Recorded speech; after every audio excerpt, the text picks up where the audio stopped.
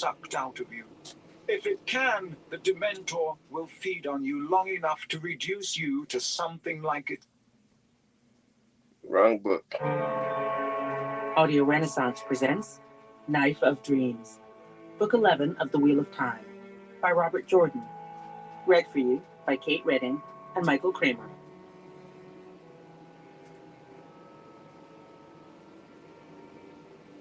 The sweetness of victory and the bitterness of defeat are like a knife of dreams.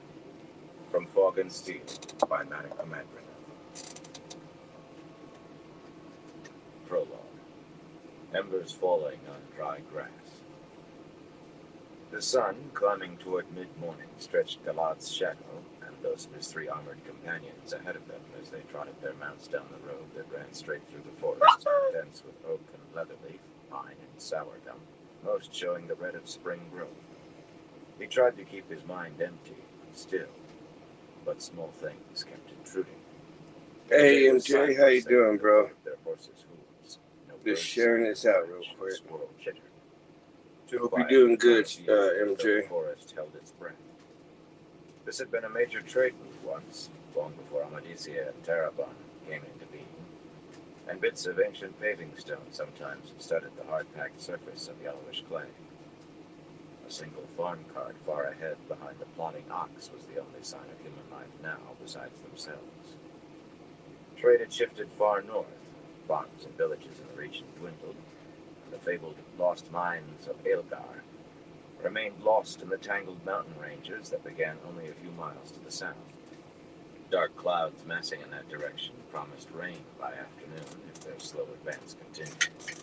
A red-winged hawk quartered back and forth along the border of the trees, hunting the fringes, as he himself was hunting, but at the heart, not on the fringes. The manor house that the Shawnigan had given Eamon Volga came into view, and he drew rein, wishing he had a helmet strap to tighten for excuse.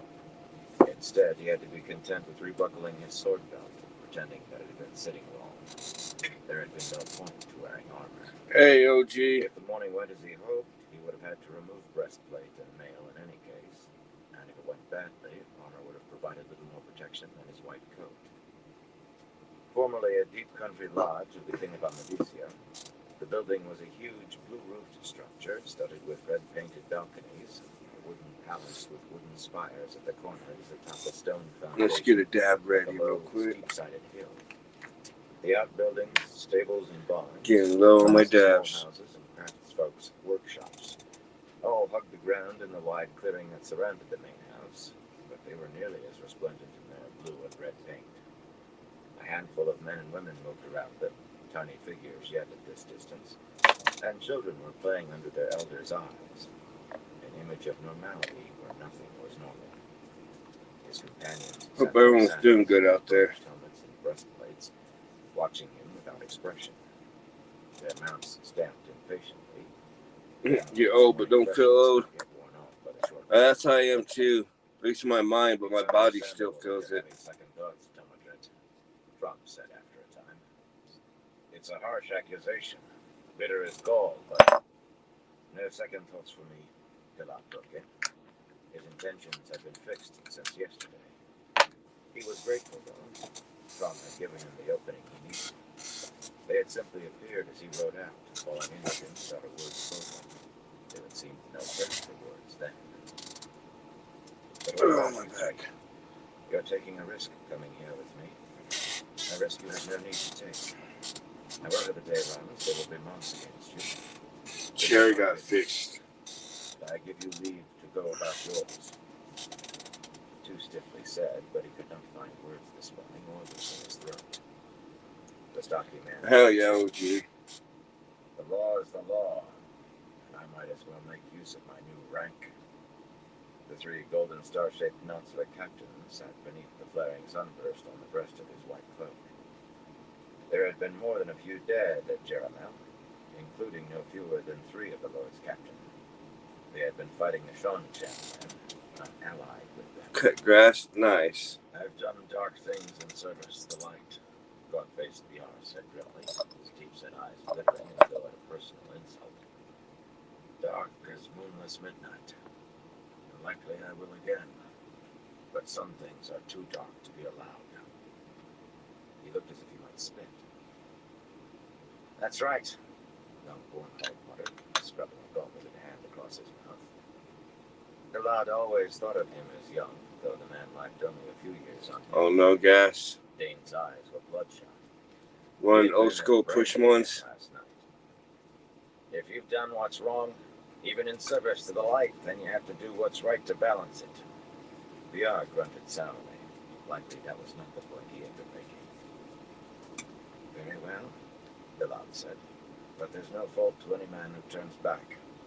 My business here is mine alone. Still, when he heeled his bay gelding to a Hell gallop, yeah. he was pleased to have them gallop to catch him and fall in alongside, white cloaks billowing behind. He would have gone on alone, of course, yet their presence might keep him from being arrested and hanged out of hand. Not that he expected to survive, in any case. What had to be done, no matter the price. The horses' hooves clattered loudly on the stone ramp that climbed to the manor house, so every man in the broad central courtyard turned to watch as they rode in. 50 of the children in gleaming plate and mail and conical helmets, most mounted, with cringing, dark-coated Amadisian grooms holding animals for the rest. The inner balconies were empty, except for a few servants who appeared to be washing while pretending to sweep. 6 questioners, big men with Nice. scarlet shepherd's crook upright behind Can't the beat that. sunfire on their cloaks, stood close around Radha Masunawa like a bodyguard, away from the others. The hand of the light always stood apart from the rest of the children. Okay. A choice the rest of the children approved. Gray-haired Asunawa, his sorrowful face making VR look fully fleshed, was the only child present not in armor, and his snowy cloak carried just the brilliant red crook, another way of standing apart. But aside from marking who was present, Galad had eyes for only one man in the courtyard. Asunawa might have been involved in some way, that remained unclear. Yet only the Lord Captain Commander could call the High Inquisitor to account. Eamon Volga was not a large man, but his dark, hard face had the look of one who expected obedience as his due. As the very least, he was due. Standing with his booted feet apart and his head high, command in every inch of him, he wore the white and gold tabard of the Lord Captain Commander over his gilded breast and backplates, a silk tabard more richly embroidered than any Pedron Nile had worn. His white cloak, the flaring sun knowledge on either breast and thread of gold, was silk as well, and his gold-embroidered white coat. The helmet beneath his arm was gilded and worked with the flaring sun on the brow, and a heavy gold ring on his left hand, worn outside his steel-backed gauntlet, held a large yellow sapphire carved with the sunburst, another mark of favor received from the Shan-Chan. Volda frowned slightly as Galad and his companions dismounted and offered their salutes, arm across the chest. Obsequious grooms came running to take their reins. Why aren't you on your way to Nassad, Trum? Disapproval colored Volda's words. The other Lord's captain will be halfway there by now. He himself always arrived late when meeting the Shan-Chan, perhaps to assert that some shred of independence remained to the children. Finding him already preparing to depart was a surprise. Okay, let's do This meeting a must dab be very now. important. But he always made sure the other high-ranking officers arrived on time, even when that required setting out before dawn. Apparently, it was best not to press their new masters too far. Distrust of the children was always strong. Displayed none of the might have been expected for his present rank barely a month. An urgent matter, my Lord Captain Commander, he said smoothly, making a very precise bow, neither a hair deeper nor higher than protocol demanded. Command charges another of the children with abusing a female relative of his, and claims the right of trial beneath the light, which by law you must grant or deny. A strange request, my son, Asunawa said, tilting his head quizzically above clasped hands before Volda could speak. Even the High Inquisitor's voice was doleful. He sounded pained at Drum's ignorance. You know, she lots His of eyes potholes. seemed dark hot coals in a brazier. It was usually the accused who asked to give the judgment to swords, and I believe usually when he knew the evidence would convict him. In any case, trial beneath the light has not been in existence for 400 years. Give me the accused name, and I will deal with the matter calmly. Chill as a sunless cavern in winter, though his eyes still burn. We are among strangers. We cannot allow them to know that one of the children is capable of Nice. such a thing. The request was directed to me, Asinawa. Balder snapped. His glare might as well have been open hatred. Perhaps it was just dislike of the other man's breaking in. Slipping one side of his cloak, there his ring-quillant sword. He rested his hand on the long hilt and drew himself up. Always one for the grand gesture, Balder raised his voice so that even people inside probably heard him, and declaimed. I believe many of our old ways will be forgotten, and that law still stands. It will always stand as written of old. The light grants justice because the light is justice. Inform your man he may issue his challenge, Trom, and face the one he accuses sword to sword. That's crazy. If that one tries to refuse, I declare that he has acknowledged his guilt and order him hanged on the spot, his belongings and rank forfeit to his accuser, as the law states. I have spoken.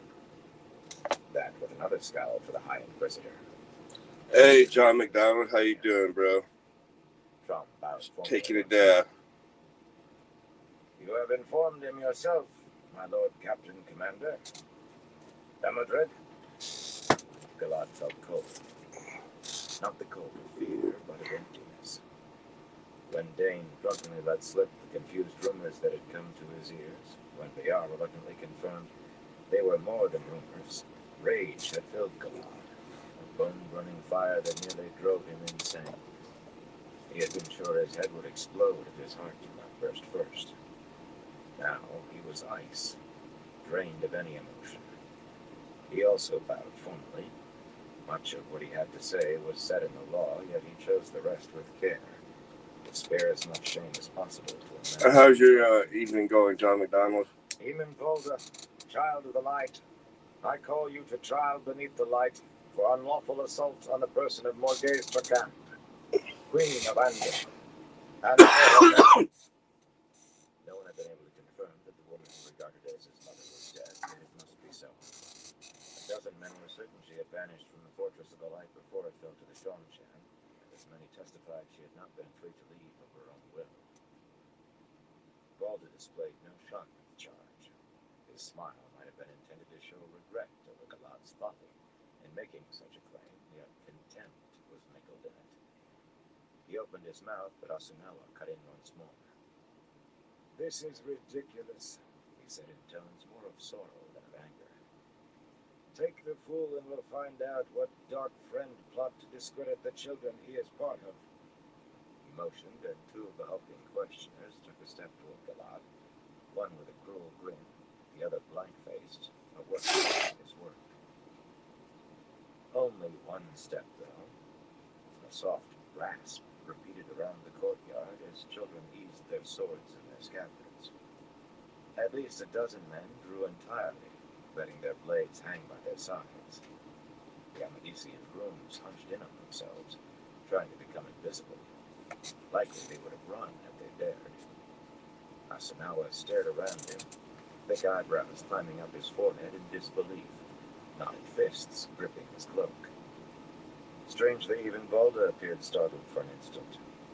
Surely he had not expected the children to allow an arrest after his own proclamation. If he had, he recovered quickly. You see, Asinawa, he said almost cheerfully, the children follow my orders and the law, not a questioner's whims. He held out his helmet to one side for someone to take. I deny your preposterous charge, young Galad, and throw your foul lie in your teeth. For it is a lie, or at best a mad acceptance of some malignant rumor started by dark friends or others who wish the children ill. Either way, you have defamed me in the vilest manner, so I accept your challenge to trial beneath the light, where I will kill you. That barely squeezed into the ritual, but he had denied the charge and accepted the challenge. It would suffice. Realizing that he still held the helmet in an outstretched hand, Balder frowned at one of the dismounted children, a lean Saldaean named Kashgar, until the man stepped forward to relieve him of it. Kashgar was only an under-lieutenant, Almost. boyish despite a great hooked nose and thick mustaches like inverted horns, yet he moved with open reluctance. I'm not sure what those are, OG. Unbuckling his I don't know if we get those here or not. Take a care with that, Kashgar. It's a heron-marked blade. Unpinning his sword, he falls to the paving stones, followed by his tabard, and his hands moved to the buckles of his armor. It seemed that he was unwilling to see if others would be reluctant to help him.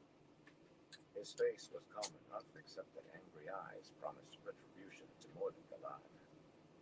Your sister wants to become Aes Sedai, I understand, Damodred. Perhaps I understand precisely where this originated. There was a time I would have regretted your death, but not today. I may send your head to the White Tower so the witches can see the fruit of their scheme. Worry creasing his face, Dane took Galad's cloak and sword belt, and stood shifting his feet as though uncertain he was doing the right thing. Well, he had been given his chance, and it was too late to change his mind now. Bayar put a gauntlet in hand on Galad's shoulder and leaned close. He likes to strike at the arms and legs, he said in a low voice, casting glances over his shoulder at Valda. From the way he glared, some matter stood between them. Of course, that scowl differed little from his normal expression. He likes to bleed an opponent until the man can't take a step or raise his sword before he moves for the kill. He's quicker than a viper, too, but he'll strike at your left most often and expect it from you. Galad nodded. Many right-handed men found it easier to strike so, but it seemed an odd weakness in a blade master. Gareth Bryn and Henry Haslin had made him practice alternating which hand was uppermost on the hilt so he would not fall into that. Strange that Balder wanted to prolong a fight, too. He himself had been taught to end matters as quickly and cleanly as possible. My thanks, he said, and the hollow-cheeked man made a dour grimace. Bayar was far from likable, and he himself seemed to like no one save young Bornhold. Of the three, his presence was the biggest surprise, but he was there, and that counted in his favor. Standing in the middle of the courtyard, in his gold-worked white coat, with his fists on his hips, Balder turned in a tight circle. Everyone move back against the walls, he commanded loudly. Horseshoes rang on the paving stones as the children and the grooms obeyed. Asunawa and his questioners snatched their animals' reins, the High Inquisitor wearing a face of cold fury. Keep the middle clear. Young Damodred and I will meet here. Forgive me, my Lord Captain Commander, Trom said with a slight bow. But since you are a participant in the trial, you cannot be arbiter. Aside from the High Inquisitor, who by law may not take part, I hold the highest rank here after you. So, with your permission... Balder glared at him, then stalked over to stand beside Kashgar, arms folded across his chest. Ostentatiously, he tapped his foot, impatient for matters to proceed. Galad sighed. If the day went against him, as seemed all but certain, his friend would have the most powerful man in the children as his enemy. Likely Trom would have had in any event, but more so now. Keep an eye on them, he told Bornhold, nodding toward the questioners, clustered on their horses near the gate. Asunawa's underlings still ringed him like bodyguards, every man with a hand on his sword hilt. Why? Even Asunawa can't interfere now. That would be against the law. It was very hard not to sigh again. Young Dane had been a child far longer than he, and his father had served his entire life, but the man seemed to know less of the children than he himself had learned. To questioners, the law was what they said it was. Just watch them. Trom stood in the center of the courtyard with his bared sword raised overhead, blade parallel to the ground, and unlike Valda, he spoke the words exactly as they were written. Under the light, we are gathered to witness trial beneath the light, the sacred right of any child of the light. The light shines on truth, and here the light illuminates justice. Let no man speak save he who has legal right, and let any who seek to intervene be cut down summarily. Here justice will be found under the light by a man who pledges his life beneath the light, by the force of his arm and the will of the light. The combatants will meet unarmed where I now stand, he continued, lowering the sword to his side, and speak privately for their own ears alone. May the light help them find words to end this sort of bloodshed, for if they do not, one of the children must die this day, his name stricken from our rolls, and anathema declared on his memory. Under the light it will be so. As Trom strode to the side of the courtyard, Balda moved toward the center in the walking stance called Cat Crosses the Courtyard, an arrogant saunter. He knew there were no words to stop blood being shed. To him, the fight had already begun. Galad merely walked out to meet him. He was nearly a head taller than Balda, but the other man held himself as though he were the larger and confident of victory. His smile was all contempt this time. Nothing to say, boy. Small wonder, considering that a blade master is going to cut your head off in about 1 minute. I want one thing straight in your mind before I kill you, though. The wench was hale the last time I saw her, and if she's dead now, I'll regret it. That smile deepened both in humor and disdain. She was the best ride I ever had, and I hope to ride her again one day. Red-hot searing fury fountained inside Galad, but with an effort, he managed to turn his back on Balda and walk away, already feeding his rage into an imagined flame, as his two teachers had taught him. A man who fought in a rage died in a rage. Floating in emptiness, he drew his sword from the scabbard one called Prophet, and the slightly curved blade became a part of him. What did he say? Dane asked. For a moment there, your face was murderous. Liard ripped Dane's arm.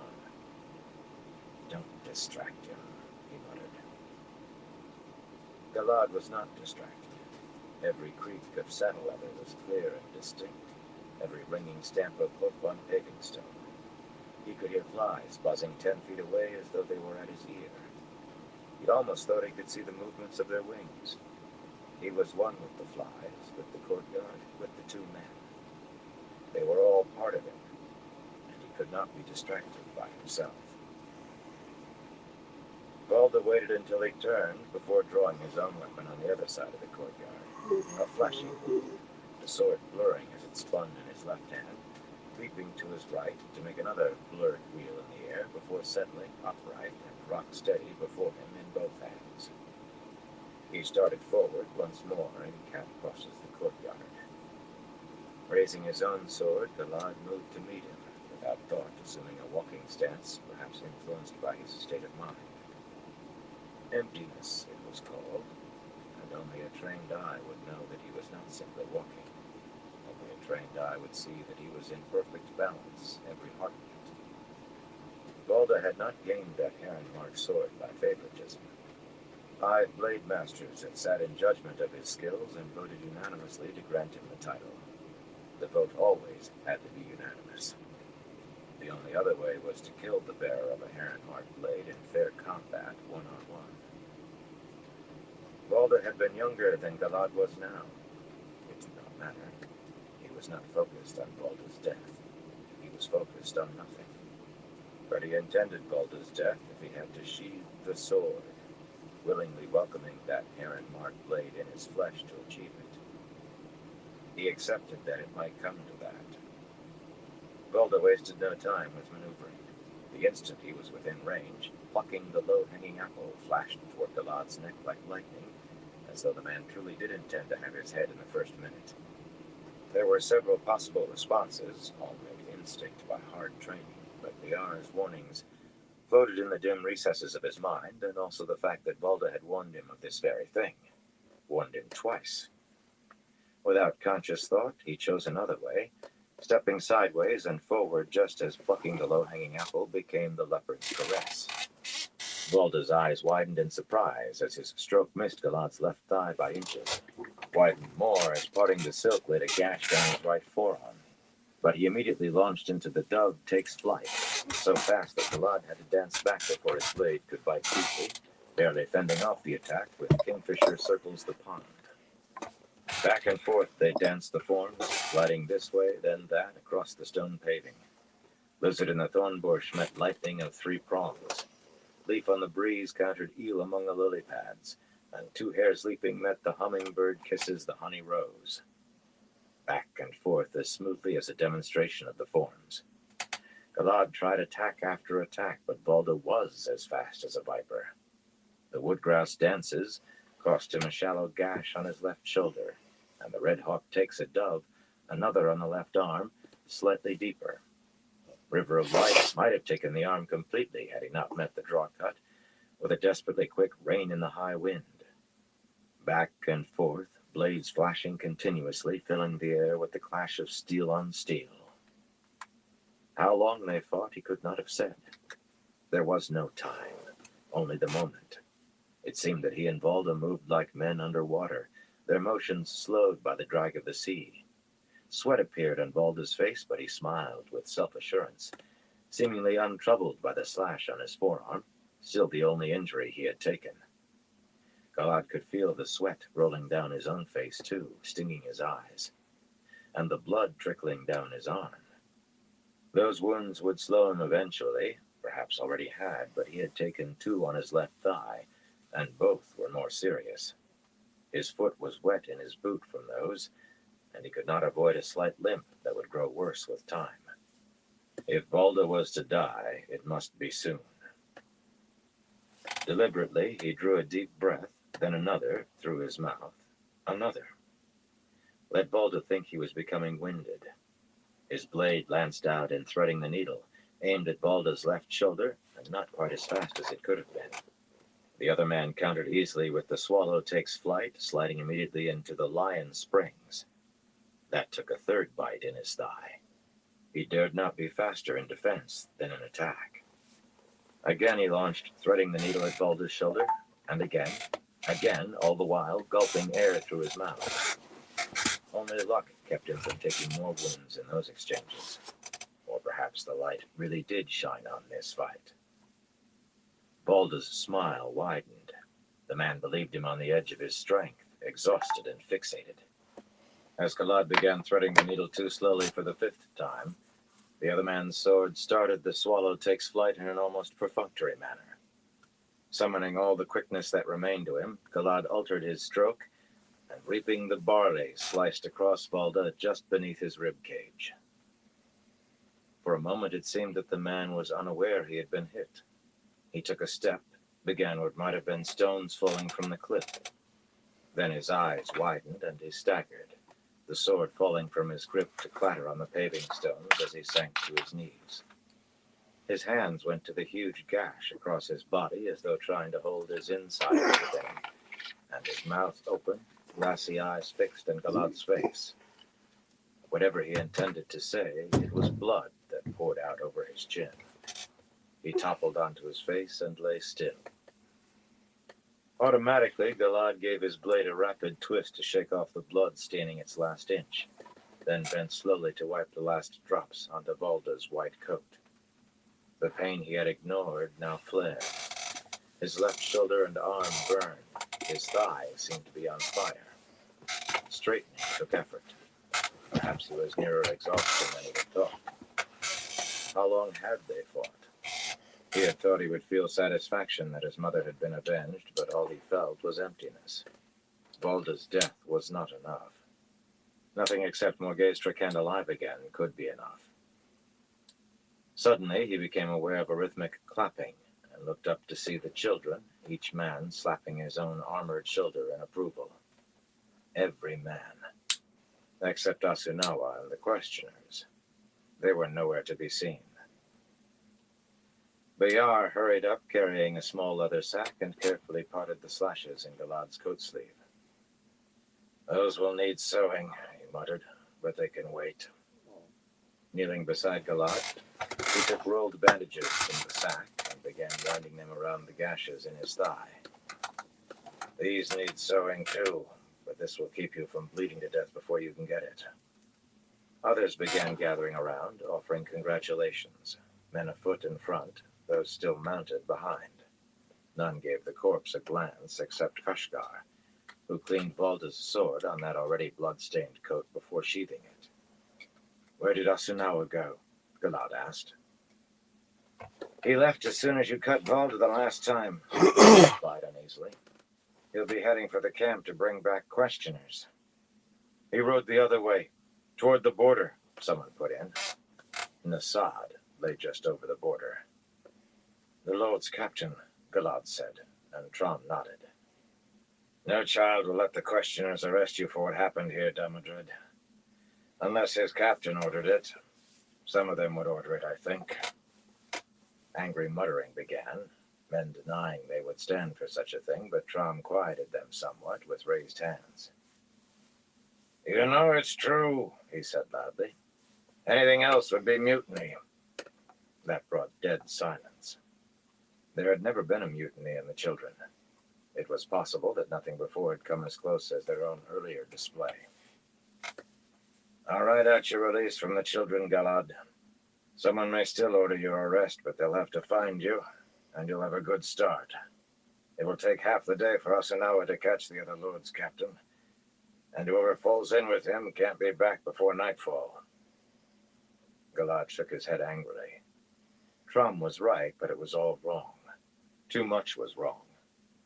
"Will you write releases for these other men? You know Asunawa will find a way to accuse them, too. Will you write releases for the children who don't want to help the Shongshan take our lands in the name of a man dead more than 1,000 years?"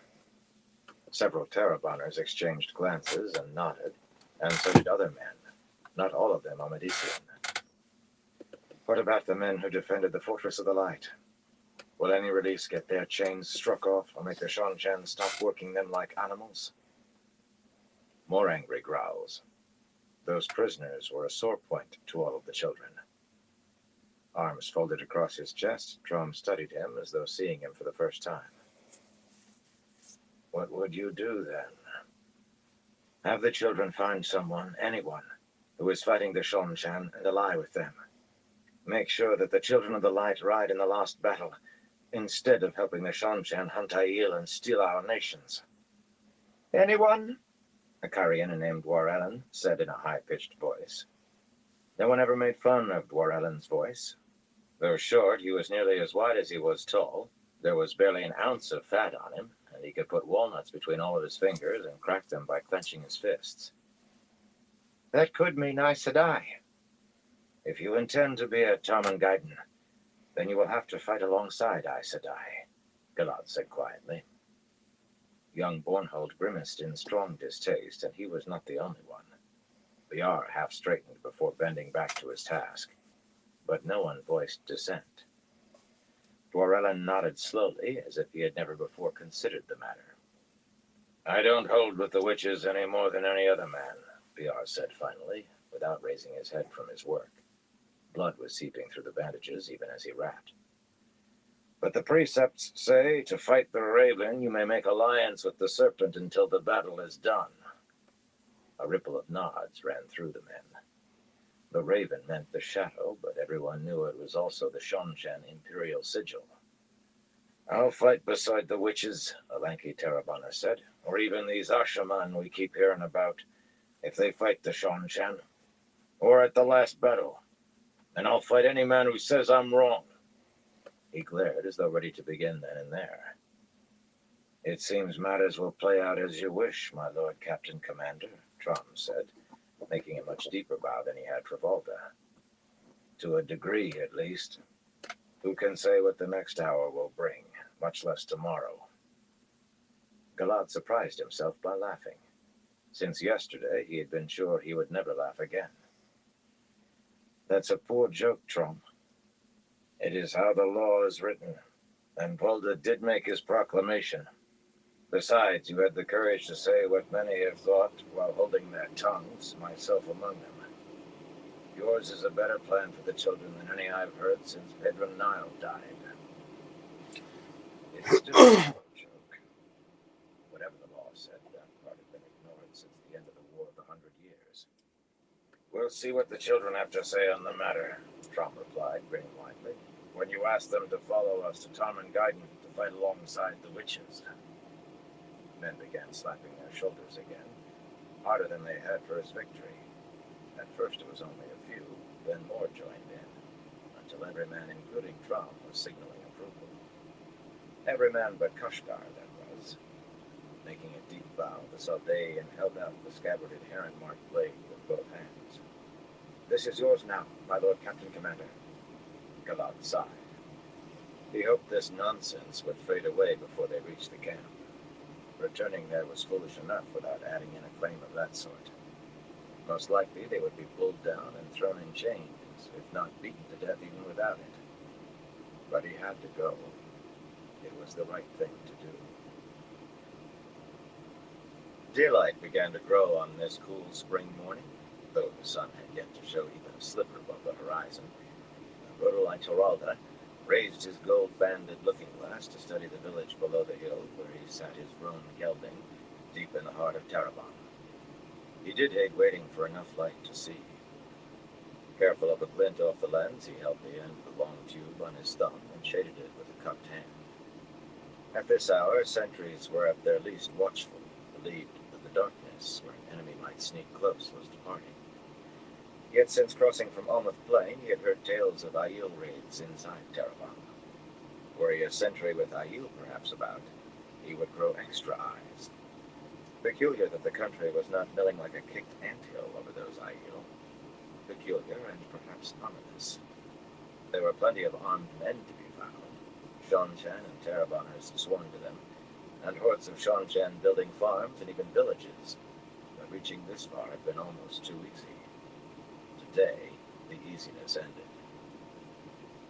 Behind him among the trees, horses stamped impatiently. 100 Damani with him were quiet, except for an occasional creak of saddle leather as a man shifted his seat.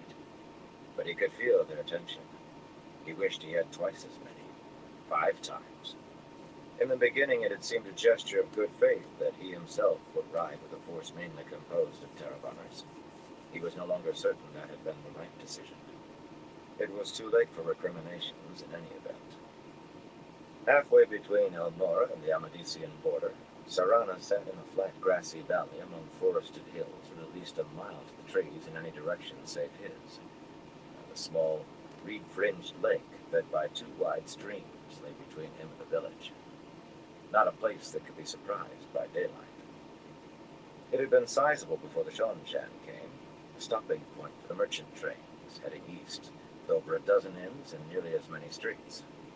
Village folk were already getting about their day's tasks, women balancing baskets on their heads as they glided down the village streets, and others starting the fires under laundry kettles behind their houses, men striding along toward their workplaces, sometimes pausing to exchange a few words. A normal morning, with children already running and playing, rolling hoops and tossing bean bags among the throng. The clang of a smithy rose, dim in the distance. The smoke from breakfast fires was fading at the chimneys. As far as he could see, no one in Sarana gave a second glance to the 3 pairs of sentries with bright stripes painted across their breastplates, walking their horses back and forth perhaps a quarter of a mile out. The lake, considerably wider than the village, shielded the 4th side effectively. It seemed the sentries were an accepted matter of every day, and so was the Seanchan camp, that had swollen Sarana to more than twice its former size. Ajaralda shook his head slightly. He would not have placed the camp cheek by jowl of the village that way. The rooftops of Sarana were all tile, red or green or blue, but the buildings themselves were wooden.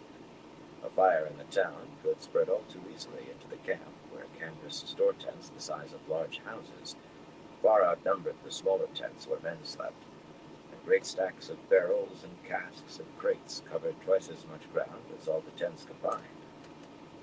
Keeping light-fingered villagers out would be all but impossible. Every town had a few tick birds who picked up anything they thought they could get away with, and even somewhat more honest men might be tempted by the proximity. The location did mean a shorter distance to haul water from the lake, and a shorter distance for soldiers to walk to reach the ale and wine in the village when off duty, but it suggested a commander who kept slack discipline. Slack discipline or not, there was activity in the camp, too. Soldiers' hours made farmers' hours seem restful. Men were checking the animals in the long horse lines, bannermen checking soldiers standing in ranks, hundreds of laborers loading or unloading wagons, grooms harnessing teams. Every day, trains of wagons came down the road into this camp from east and west, and others departed. He admired the Shonchan efficiency in making sure their soldiers had what they needed when and where it was needed. Dragons sworn here in Terrebonne, most sour-faced men who believed their dreams snuffed out by the Shonchan had been willing to tell what they knew, if not to ride with him. That camp contained everything from boots to swords, arrows to horseshoes to water flasks, enough to outfit thousands of men from the ground up. They would feel its loss. He lowered the looking glass to brush a buzzing green fly away from his face. Two replaced it almost at once. Terrebonne teemed with flies. Did they always come so early here? They were just begun hatching at home by the time he reached Aradamon again. If he did. No ill thoughts. When he did. Thompson would be displeased otherwise, and it was seldom wise to displease her too far.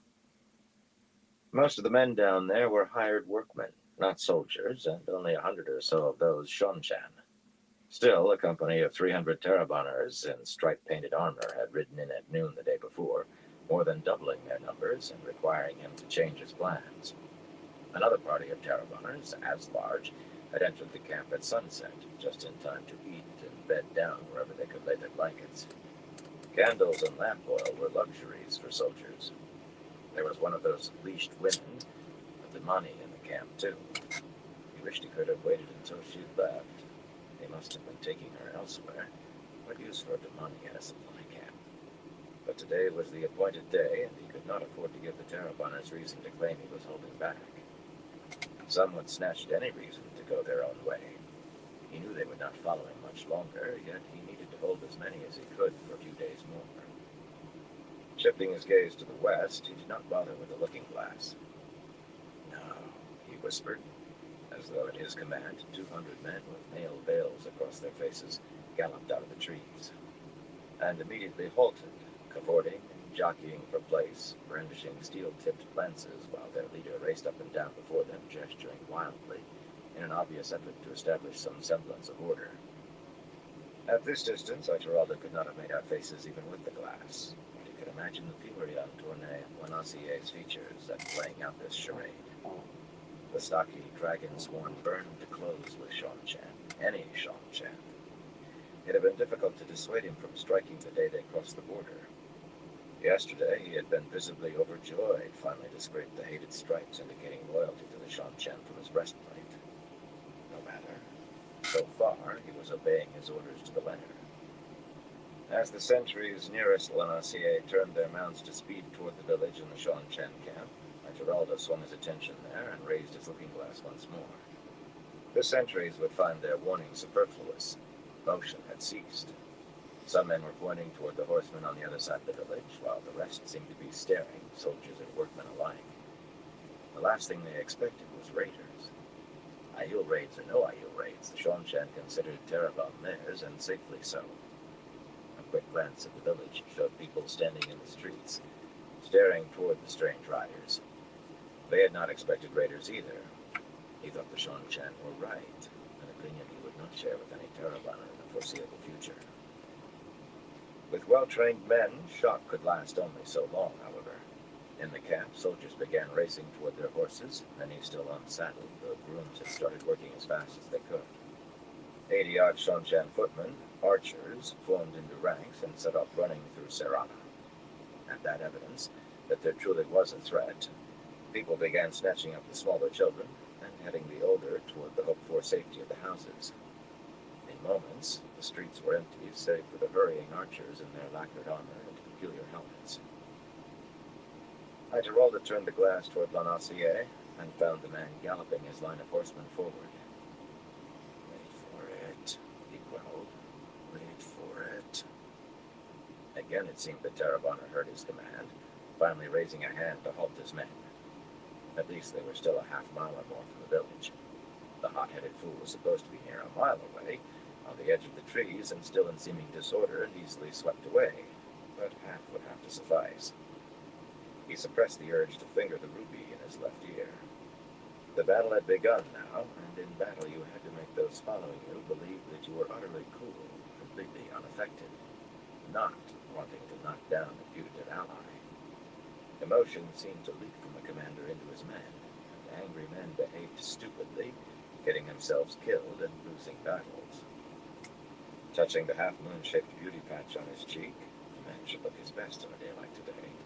He took slow, measured breaths until certain that he was as cool inside as his outward display, then returned his attention to the camp. Most of the Taraboners there were mounted now, but they waited for 20 or so Shanshan, led by a tall fellow with a single thin plume on his curious helmet, to gallop into the village before falling in behind, yesterday's latecomers trailing at the rear. Giralda studied the figure leading the column, viewing him through the gaps between houses. A single plume would mark a lieutenant or maybe an under-lieutenant, which might mean a beardless boy on his first command or a grizzled veteran who could take your head if you made one mistake. Strangely, the Damani, marked by the shining silvery leash that connected her to a woman on another horse, galloped her animal as hard as anyone. Everything he had heard said Damani were prisoners, yet she appeared as eager as the other woman, the Sul'dam. Perhaps... Abruptly, his breath caught in his throat, and all thought of Damani fled. There were people in the street, 7 or 8 men and women walking in a cluster, and right ahead of the racing column that they seemed not to hear thundering up behind them. There was no time for the Shanshan to stop if they wanted to, and good reason not to try with an enemy ahead, but it looked as though the tall fellow's hand never twitched on his reins as he and the rest rode the people down. A veteran, then, murmuring a prayer for the dead, Giralda lowered the glass. What came next was best seen without it. 200 paces beyond the village, the officer had started forming his command, where the archers had already stopped and were waiting with knocked arrows. Waving directions to the Taraboners behind, he turned to peer at Lenassier through a looking glass. Sunlight glinted off the tube's banding. The sun was rising now. The Taraboners began dividing smoothly, lancets glittering and all slanted at the same angle, disciplined men falling into ordered ranks to either side of the archers. The officer leaned over to converse with the Sul'dam. If he turned her under the money loose now, this could still turn into a disaster. Of course it could if he did not, too. The last of the Taraboners, those who had arrived late, began stretching out in a line 50 paces behind the others, driving their lances point down into the ground and pulling their horse-bows from the cases fastened behind their saddles. Lenassier cursed the man and was galloping his men forward. Turning his head for a moment, Giralda spoke loudly enough for the men behind him to hear. "Be ready." Saddle leather creaked as men gathered their reins. Then he murmured another prayer for the dead and whispered, "Now." As one man, the 300 Taraboners in the long line, his Taraboners, raised their bows and loosed. He did not need the looking glass to see the Sul'dam and Damani and the officer suddenly sprout arrows. They were all but swept from their saddles by near a dozen, striking each of them at once. Ordering that had given him a pang. The women were the most dangerous people on that field. The rest of that volley cut down most of the archers and cleared saddles, and even as men struck the ground, a second volley lanced out, knocking down the last archers and emptying more saddles. Caught by surprise, the Shanshan loyal Taraboners tried to fight. Among those still mounted, some wheeled about and lowered their lances to charge their attackers. Others, perhaps seized by the irrationality that they could take men in battle, dropped their lances and tried to encase their own horsebows. But a third volley lashed them, pile-headed arrows driving through breastplates at that range, and suddenly the survivors seemed to realize that they were survivors. Most of their fellows lay still on the ground or struggled to stand, though pierced by 2 or 3 shafts. Those still mounted were now outnumbered by their opponents. A few men reined their horses around, and in a flash the lot of them were running south, pursued by one final rain of bowshot that toppled more. "Hold," Giralda murmured. "Hold where you are." A handful of the mounted archers fired again, but the rest wisely refrained. They could kill a few more before the enemy was beyond range, but this group was beaten, and before long they would be counting every arrow. Best of all, none of them went racing in pursuit. The same could not be said of Lenassier. Cloaks streaming, he and his 200 raced after the fleeing men. Ituralde imagined he could hear them yelping, hunters on the trail of running prey. "I think we've seen the last of Lenassier, my lord," Jolum said, reining his gray up beside Ituralde, who shrugged slightly. "Perhaps, my young friend. He may come to his senses. In any case, I never thought the Taraboners would return to Arad Daman with us. Did you?" "No, my lord," the taller man replied. "But I thought his honor would hold through the first fight." Ituralde lifted his glass to look at Lenassier, still galloping hard. The man was gone, and unlikely to come to his senses, he did not possess. A third of his force gone as surely as if that Damani had killed them. He had counted on a few more days. He would need to change plans again, perhaps change his next target. Dismissing Lenassier from his thoughts, he swung the glass to glance at where those people had been ridden down and grunted in surprise. There were no trampled bodies. Friends and neighbors must have come out to carry them away, so with the battle on the edge of the village, that seemed about as likely as them getting up and walking away after the horses passed. "It's time to go burn all those lovely Shanshan stores," he said. Shoving the looking glass into the leather case tied to his saddle, he had donned his helmet and heeled steady down the hill, followed by Jolum and the others in a column of twos. Ruts from farm wagons and broken down banks indicated a ford in the eastern stream. "And, Jolum, tell a few men to warn the villagers to start moving what they want to save. Tell them to begin with the houses nearest the camp. Where fire could spread one way, it could the other too, and likely would." In truth, he had already set the important blaze, breathed on the first embers at least. If the light shone on him, if no one had been overcome by eagerness or given into despair at the hold the Shanshan had on Tarabon, if no one had fallen afoul of the mishaps that could ruin the best laid plan, then all across Tarabon, above 20,000 men had struck blows like this, or would before the day was out. And tomorrow they would do it again. Now all he had to do was raid his way back across better than 400 miles of Tarabon, shedding Tarabonner dragon sworn and gathering in his own men, then recross Almeth Plain. If the light shone on him, that blaze would singe the Shanshan enough to bring them chasing after him full of fury. A great deal of fury, he hoped. That way, they would run headlong into the trap he had laid before they ever knew it was there. If they failed to follow, then at least he had rid his homeland of the Taraboners and bound the Damani dragon sworn to fight for the king instead of against him. And if they saw the trap? Riding down the hillside, Ituralde smiled. If they saw the trap, then he had another plan already laid, and another behind that. He always looked ahead and always planned for every eventuality he could imagine, short of the Dragon Reborn himself suddenly appearing in front of him. He thought the plans he had would suffice for the moment. The High Lady Suroth Sabel Meldareth lay awake on her bed, staring up at the ceiling. The moon was down, and the triple-arched windows that overlooked a palace garden were dark, but her eyes had adjusted so that she could make out at least the outlines of the ornate, painted plasterwork. Dawn was no more than an hour or two off, yet she had not slept. She had lain awake most nights since Tuon vanished, sleeping only when exhaustion closed her eyes, however hard she tried to keep them open. Sleep brought nightmares she wished she could forget. Abu Dar was never truly cold, but the night held a little coolness, enough to keep her awake, lying beneath only a thin silk sheet. The question that tainted her dreams was simple and stark. Was Tuon alive or dead? The escape of the Atha Anmir Damani and Queen Tyland's murder spoke in favor of her death. 3 events of that magnitude happening on one night by chance was pressing coincidence too far, and the first 2 were horrifying enough in themselves to indicate the worst for Tuon. Someone was trying to sow fear among the Friagel, those who come home, perhaps to disrupt the entire return. How better to achieve that than to assassinate Tuon? Worse, it had to be one of their own. Because she had landed under the veil, no local knew who Tuon was. Tylin had surely been killed with the One Power by a Suldam and her Damani. Suroth had leaped at the suggestion that Aes Sedai were to blame, yet eventually someone who mattered would question how one of those women could enter a palace full of Damani, in a city full of Damani, and escape detection.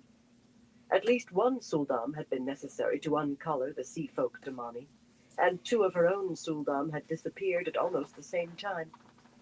In any case, they had been noticed as missing 2 days later, and no one had seen them since the night Tuon vanished. She did not believe they were involved, though they had been in the kennels. For one thing, she could not imagine Rena or Sita uncoloring a Damani. They certainly had reasons enough to sneak away and seek employment far off, with someone ignorant of their filthy secrets. Someone like this Aeginan Tamara, who had stolen a pair of a Damani. Strange that, for one newly raised to the blood. Strange, but unimportant. She could see no way to tie it to the rest. Likely the woman had found the stresses and complexities of nobility too much for a simple sailor. Well, she would be found and arrested eventually. The important fact, the potentially deadly fact, was that Rena and Sita were gone, and no one could say exactly when they had left. If the wrong person noted their departure so close to the critical time and made the wrong calculation, she pressed the heels of her hands against her eyes and exhaled softly, very near to a groan. Even should she escape suspicion of murdering Tuon, if the woman was dead, then she herself would be required to apologize to the Empress, might she live forever. For the death of the acknowledged heir to the Crystal Throne, her apology would be protracted, and as painful as it was humiliating. It might end with her execution, or much worse, with being sent to the block as property. Not that it would actually come to that, though in her nightmares it often did. Her hand slid beneath the pillows to touch the unsheathed dagger there. The blade was little longer than her hand, yet more than sharp enough to open her veins, preferably in a warm bath. If time came for an apology, she would not live to reach Shondar. The dishonor to her name might even be lessened a little if enough people believed the act was itself an apology. She would leave a letter explaining it, so that might help. Still, there was a chance Tuon remained alive, and Suroth clung to it. Killing her and spiriting the body away might be a deep move ordered from Seanchan by one of her surviving sisters who coveted the throne. Yet Tuon had arranged her own disappearance more than once. In support of the notion, Tuon's Der Suldam had taken all of her Suldam and Damani into the country for exercise 9 days ago, and they had not been seen since. Exercising Damani did not require 9 days, and just today, no, yesterday now by a good few hours, Suroth had learned that the captain of Tuon's bodyguard also had left the city 9 days ago with a sizable contingent of his men, and not returned. That was too much for coincidence, and very nearly proof. Near enough for hope, at least. Each of those previous disappearances, however, had been part of Tuon's campaign to win the approval of the Empress, might she live forever, and be named heir. Each time, some competitor among her sisters had been forced or emboldened to acts that lowered her when Tuon reappeared. What need had she of such stratagems now, here? Rack her brains how she would, Suroth could not find a worthy target outside Seanchan. She had considered the possibility that she herself was the mark, but only briefly, and only because she could think of no one else. Tuon could have stripped her of her position in the return with 3 words. All she needed to do was remove the veil. Here, the daughter of the 9 Moons, in command of the return, spoke with the voice of the Empire. Their suspicion that Suroth was Appa on Shadar, what those this side of the Arath Ocean called a dark friend, might have been enough for Tuon to have handed her over to the Seekers for questioning. No, Tuon was aiming at someone else, or something else, if she did still live. But she had to. Suroth did not want to die. She fingered the blade. Who or what else did not matter, except as a clue to where Tuon might be, but that was very important, immensely so. Already, despite the announcement of an extended inspection trip, whispers floated among the blood that she was dead. The longer she remained missing, the more those whispers would grow, and with them the pressure for Suroth to return to Shandar and make that apology. She could only resist so long before she would be adjudged Simosiev so deeply that only her own servants and property would obey her. Her eyes would be ground into the dirt. Low blood as well as high, perhaps even commoners would refuse to speak to her. Soon after that she would find herself on a ship, whatever her wishes. Without doubt, Tuon would be displeased at being found, yet it seemed unlikely her displeasure would extend so far as Suroth being dishonored and forced to slit her wrist. Therefore Tuon must be found. Every seeker in Altara was searching for her, those Suroth knew of at least. Tuon's own seekers were not among the known, yet they must be hunting twice as hard as any others, unless they had been taken into her confidence. But in 17 days, all that had been uncovered was that ridiculous story of Tuon extorting jewelry from goldsmiths, and that was known to every common soldier. Perhaps. The arched door to the anteroom began to open slowly, and Suroth snapped her right eye shut to protect her night vision against the light of the outer room. As soon as the gap was wide enough, a pale-haired woman in the diaphanous robes of a ducal veil slipped into the bedchamber and softly closed the door behind her, plunging the room into pitch blackness. Until Suroth opened her eye again and made out a shadowy form creeping toward her bed. And another shadow, huge, suddenly looming in a corner of the room as Alman Daragal rose noiselessly to his feet. The Lopar could cross the room and snap the fool woman's neck in a heartbeat, but Suroth still gripped the hilt of her dagger. It was wise to have a second line of defense, even when the first seemed impregnable. A pace short of the bed, the ducal veil stopped. Her anxious breathing sounded loud in the silence. "Working up your courage, Leandrin?" Suroth said harshly. That honey-colored hair, worked in thin braids, had been enough to maim her. With a squeak, the ducal veil dropped to her knees and bent to press her face to the carpet. She had learned that much, at least. "I would not harm you, High Lady," she barked. "You know I would not." Her voice was rushed, in a breathy panic. Learning when to speak and when not seemed as far beyond her as learning how to speak with proper respect. "We are both bound to serve the great Lord, High Lady. Have I not proven I can be useful? I removed Alwyn for you, yes? You said you wished her dead, High Lady, and I removed her." Suroth grimaced and sat up in the dark, the sheet sliding down to her lap. It was so easy to forget Darkovale were there, even this Darkovale, and then you let slip things you should not have. Alwyn had not been dangerous, merely a nuisance, awkward in her place as Suroth's voice. She had achieved all she had ever wanted in reaching that, and the likelihood of her risking it by so much as the smallest betrayal had been tiny. True, had she broken her neck falling down a flight of stairs, Suroth would have felt some small relief from an irritant. But poison that left the woman with bulging eyes and a blue face was another matter. Even with the search for Tuon, that had brought the seeker's eyes to Now the Suroth's seat's loose household. now. She had been forced to insist on it for the murder of her voice. That there were listeners in her household she accepted. Every household had its share of listeners. Seekers did more than listen, though, and they might uncover what must remain hidden. Masking her anger required surprising effort, and her tone was colder than she wanted. "I hope you did not wake me merely to please again, Leandrin." "No, no." The fool raised her head and actually looked straight at her. "An officer came from General Galgan, High Lady. He is waiting to take you to the General." Suroth's head throbbed with irritation. The woman delayed delivering a message from Galgan and looked her in the eyes? In the dark, to be sure. Yet an urge swept over her to strangle Leandrin with her bare hands. A second death hard on the heels of the first would intensify the seeker's interest in her household if they learned of it. But Elbar could dispose of the body easily. He was clever in such tasks. Except she enjoyed owning the former Aes Sedai, who once had been so haughty with her. Making her a perfect Darkovale in every way would be a great pleasure. It was time to have the woman collared, however. Already, irritating rumors buzzed of an uncollared Maros Damali among her servants. It would be a 12-day wonder when the Sultan discovered she was shielded in some way so she could not channel.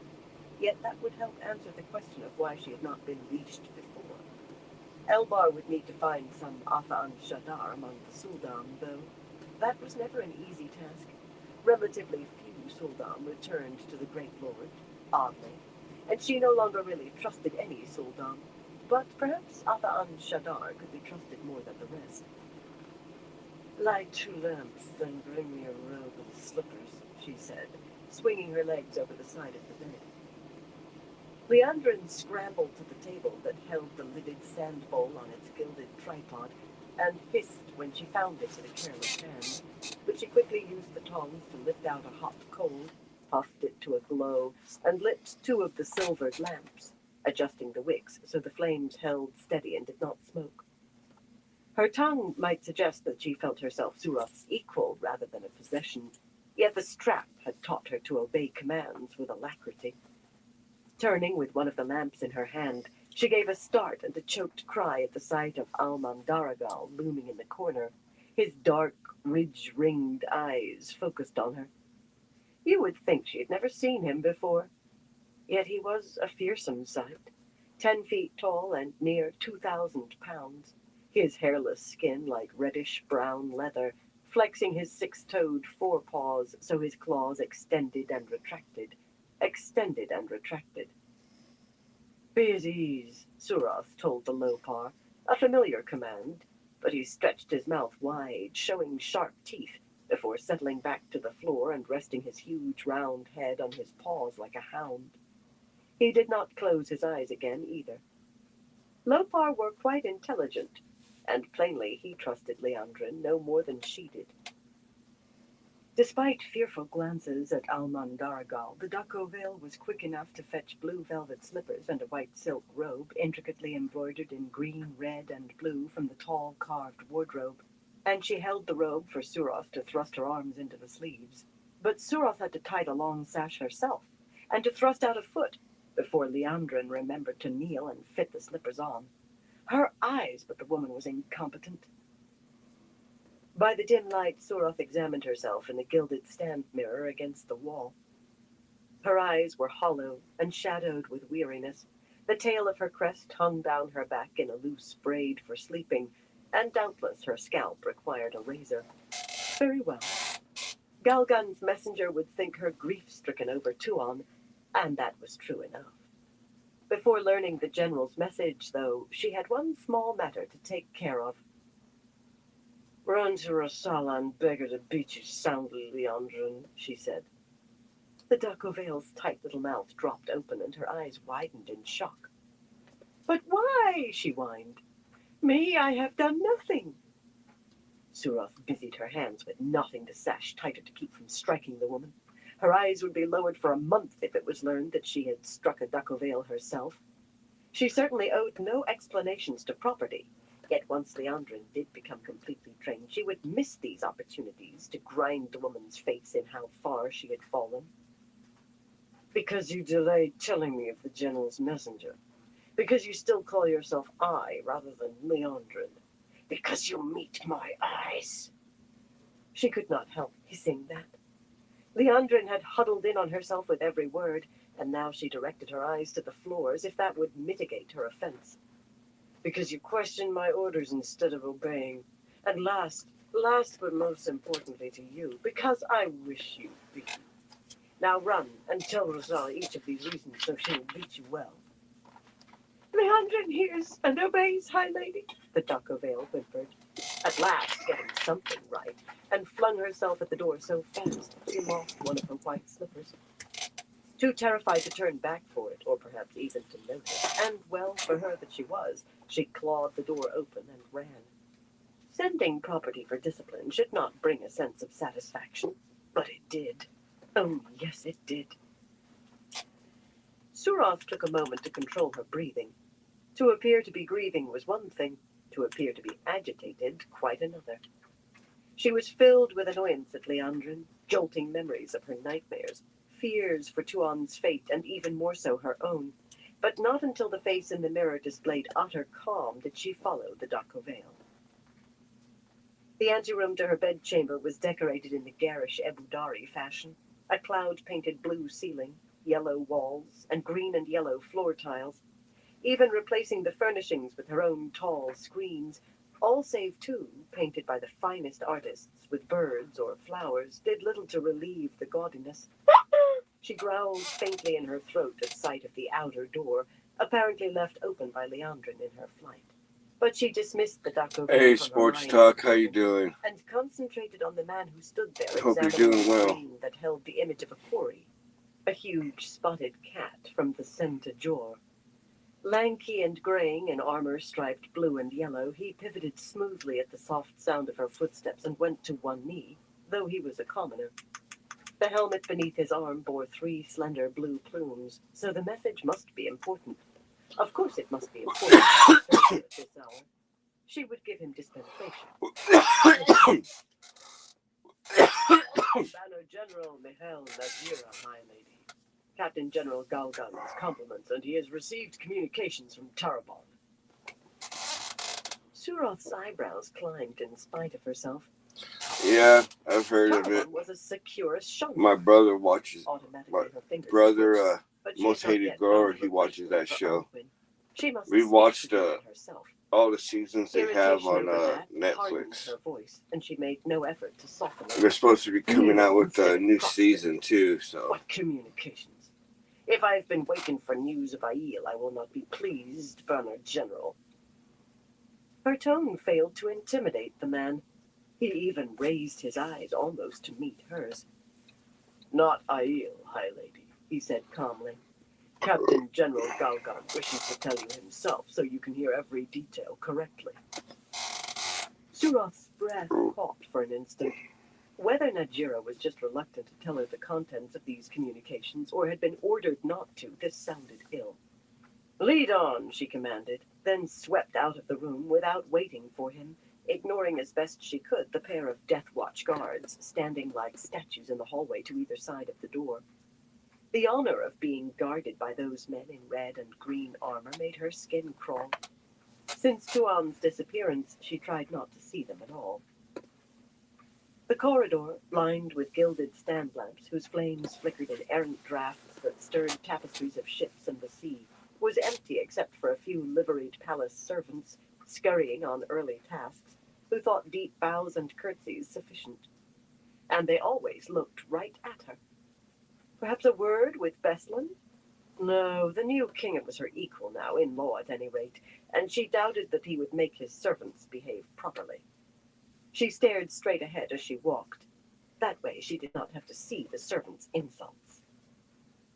Najira caught up to her quickly, his boots ringing on the 2 bright blue floor tiles, and fell in at her side. In truth, she needed no guide. She knew where Galgan must be. The room had begun as a chamber for dancing, a square 30 paces on a side, its ceiling painted with fanciful fish and birds frolicking in often confusing fashion among clouds and waves. Only the ceiling remained to recall the room's beginnings. Now mirrored stand lamps and shelves full of filed reports in leather folders lined the pale red walls. Brown-coated clerks scurried along the aisles between the long mat-strewn tables that covered the green-tiled dancing floor. A young officer, an under-lieutenant with no plume on her red and yellow helmet, raced past Suroth without so much as a move to prostrate herself. Clerks merely squeezed themselves out of her path. Galgan gave his people too much leeway. He claimed that what he called excessive ceremony at the wrong time hindered efficiency. She called it effrontery. Lunal Galgan, a tall man in a red robe richly worked with bright feathered birds, the hair of his crest snow white, and its tail plaited in a tight but untidy queue that hung to his shoulders, stood at a table near the center of the room with a knot of other high-ranking officers, some in breastplates, others in robes, and nearly as disheveled as she. It seemed she was not the first to whom he had sent a messenger. She struggled to keep anger from her face. Galgan had come with Tuan and the Return, and thus she knew little of him beyond that his ancestors had been among the first to throw their support to Luther Peyendrag, and that he owned a high reputation as a soldier and a general. Well, reputation and truth were sometimes the same. She disliked him entirely for himself. He turned at her approach and formally laid his hands on her shoulders, kissing her on either cheek, so she was forced to return the greeting while trying not to wrinkle her nose at the strong, musky scent he favored. Galgan's face was as smooth as his creases would allow, but she thought she detected a hint of worry in his blue eyes. A number of the men and women behind him, mainly low blood and commoners, wore open frowns. The large map of Tarabon, spread out on the table in front of her and held flat by 4 lamps, gave reason enough for worry. Markers covered it, red wedges for Shanshan forces on the move, and red stars for forces holding in place, each supporting a small paper banner inked with their numbers and composition. Scattered across the map, across the entire map, lay black discs marking engagements, and even more white discs for enemy forces, many of those without the banners. How could there be any enemies in Tarabon? It was as secure as... What happened? She demanded. Rakan began arriving with reports from Lieutenant General Turan about 3 hours ago. Galgan began in conversational tones, pointedly not making a report himself. He studied the map as he talked, never glancing in her direction. They aren't complete. Each new one adds to the lists, and I expect that won't change for a while, but what I've seen runs this way. Since dawn yesterday, 7 major supply camps overrun and burned, along with more than 24 smaller camps. 20 supply trains attacked, the wagons and their contents put to the torch. 17 small outposts have been wiped out. 11 patrols have failed to report in, and there have been an additional 15 skirmishes. Also a few attacks against our settlers.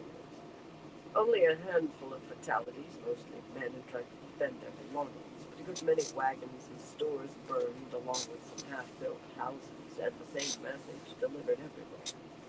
Leave Tarabon. All this was done by bands of between 2 and perhaps 500 men. Estimates are a minimum of 10,000 and perhaps twice that, nearly all Taraboners. Oh yes, he finished casually, and most of them are wearing armor painted with stripes. She wanted to grind her teeth. Galgan commanded the soldiers of the return, yet she commanded the Karen, the Forerunners, and as such she possessed the higher rank in spite of his crest and red lacquered fingernails.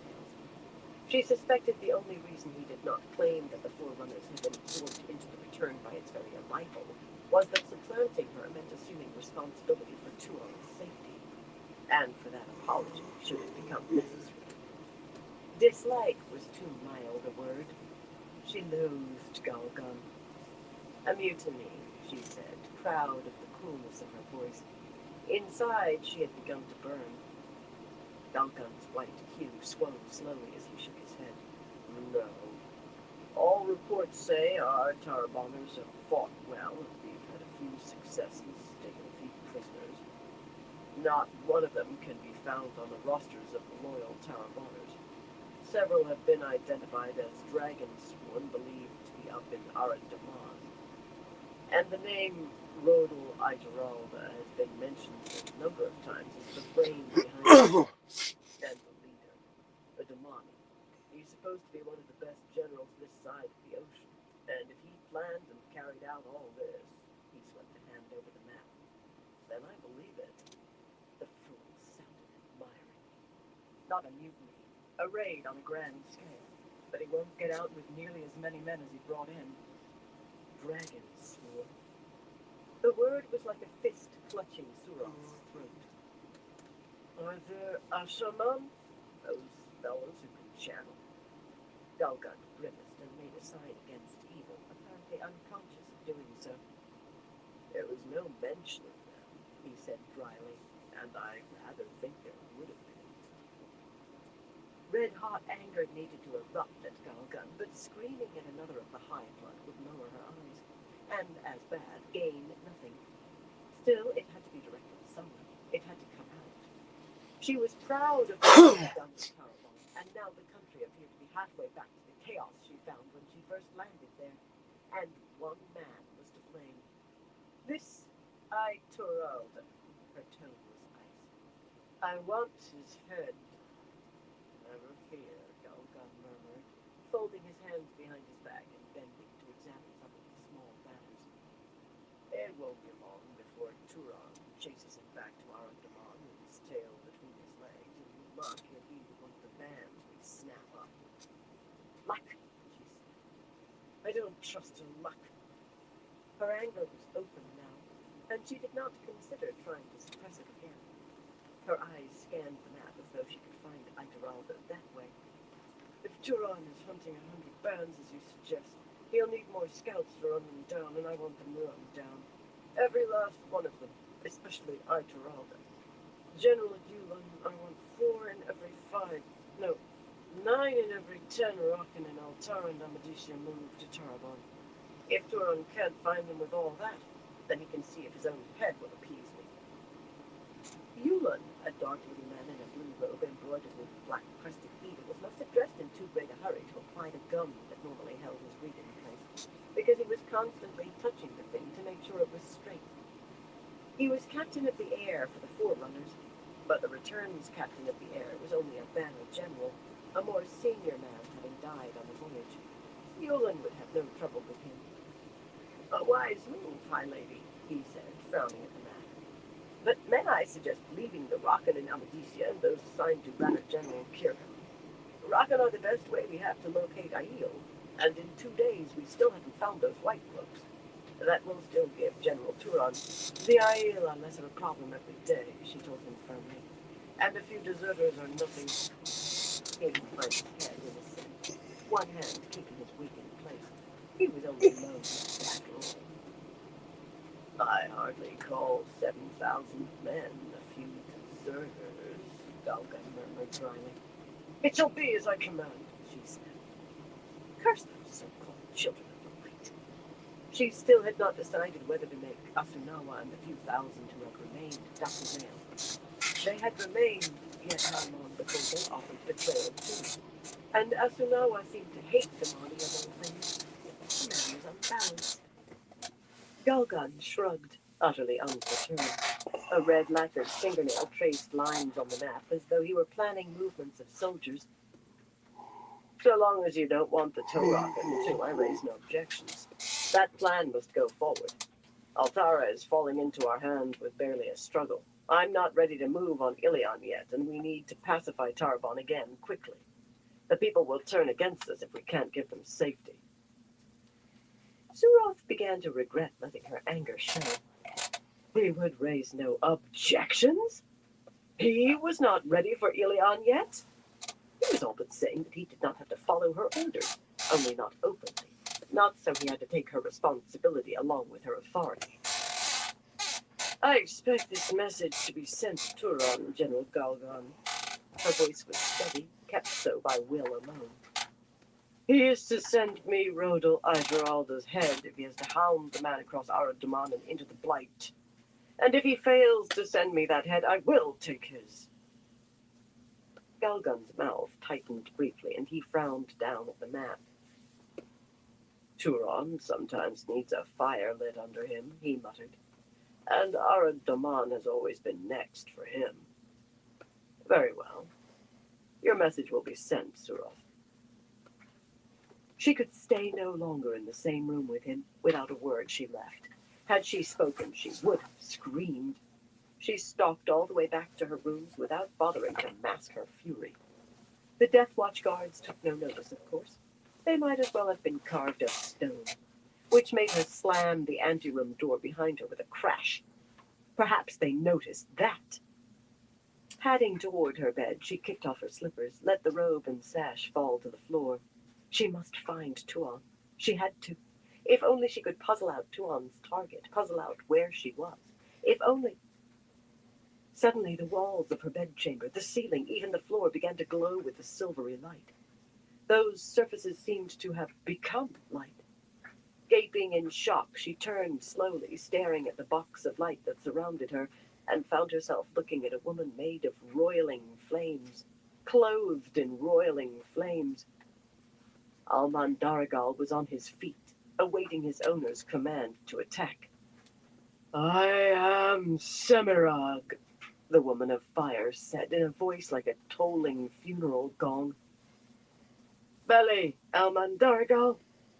That command, taught as a child because it amused her to have the Lopar prostrate himself before her, ended with a grunt as she obeyed it herself, even as she gave it. Kissing the red and green patterned carpet, she said, "I live to serve and obey, great mistress." There was no doubt in her mind that this woman was who she said. Who would dare claim that name falsely, or could appear as living fire? "I think you would also like to rule." The tolling gong sounded faintly amused, but then it hardened. "Look at me. I dislike the way you Shanshan avoid meeting my eyes. It makes me believe you are hiding something. You don't want to try hiding anything from me, Suroth." "Of course not, great mistress," Suroth said, pushing herself up to sit on her heels. "Never, great mistress."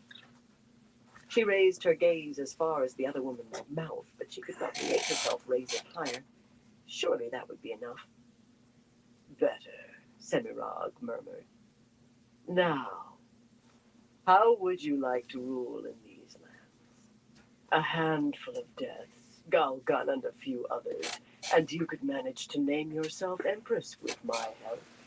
It's hardly important, but circumstances 1 second, I'll be provide right the back. opportunity, and you would certainly be more amenable than the current Empress has been so far." Suroth's stomach clenched. She feared she might vomit. "Great mistress," she said dully, "the penalty for that is to be taken before the true Empress, may she live forever, and have your entire skin removed. Great care being taken to keep you alive. After that, inventive, if primitive," Semirag broke in wryly, "but of no account. The Empress Radhanan is dead. Remarkable how much blood there is in a human body. Enough to cover the whole crystal throne. Take the offer, Suroth. I will not make it again. You will make certain matters slightly more convenient, but not enough for me to put myself out a second time." Suroth had to make herself breathe. "Then Tuon is the Empress, may she live." Tuon would take a new name, rarely to be spoken outside the imperial family. The Empress was the Empress, might she live forever. Wrapping her arms around herself, Suroth began to sob, shaking beyond her ability to stop. Almandargal lifted his head and whined at her interrogatively. Semirag laughed, the music of deep gongs. "Grief for Radhanan, Suroth? Or is your dislike of Tuon becoming Empress so deep?" Haltingly, in spurts of 3 or 4 words broken by unmanageable weeping, Suroth explained. As the proclaimed heir, Tuon had become Empress the moment her mother died. Except if her mother had been assassinated, that it must have been arranged by one of her sisters, which meant that Tuon herself was surely dead. And none of that made the slightest difference. The forms would be carried out. She would have to return to Shandar and apologize for Tuon's death, for the death of an empress now, to the very woman who had arranged it, who would of course not take the throne until Tuon's death was announced. She could not bring herself to admit that she would kill herself first. It was too shaming to say aloud. Words died as howling sobs racked her. She did not want to die. She had been promised she would live forever. This time, Semirag's laughter was so shocking that it shut off Suroth's tears. That head of fire was thrown back, emitting great peals of mirth.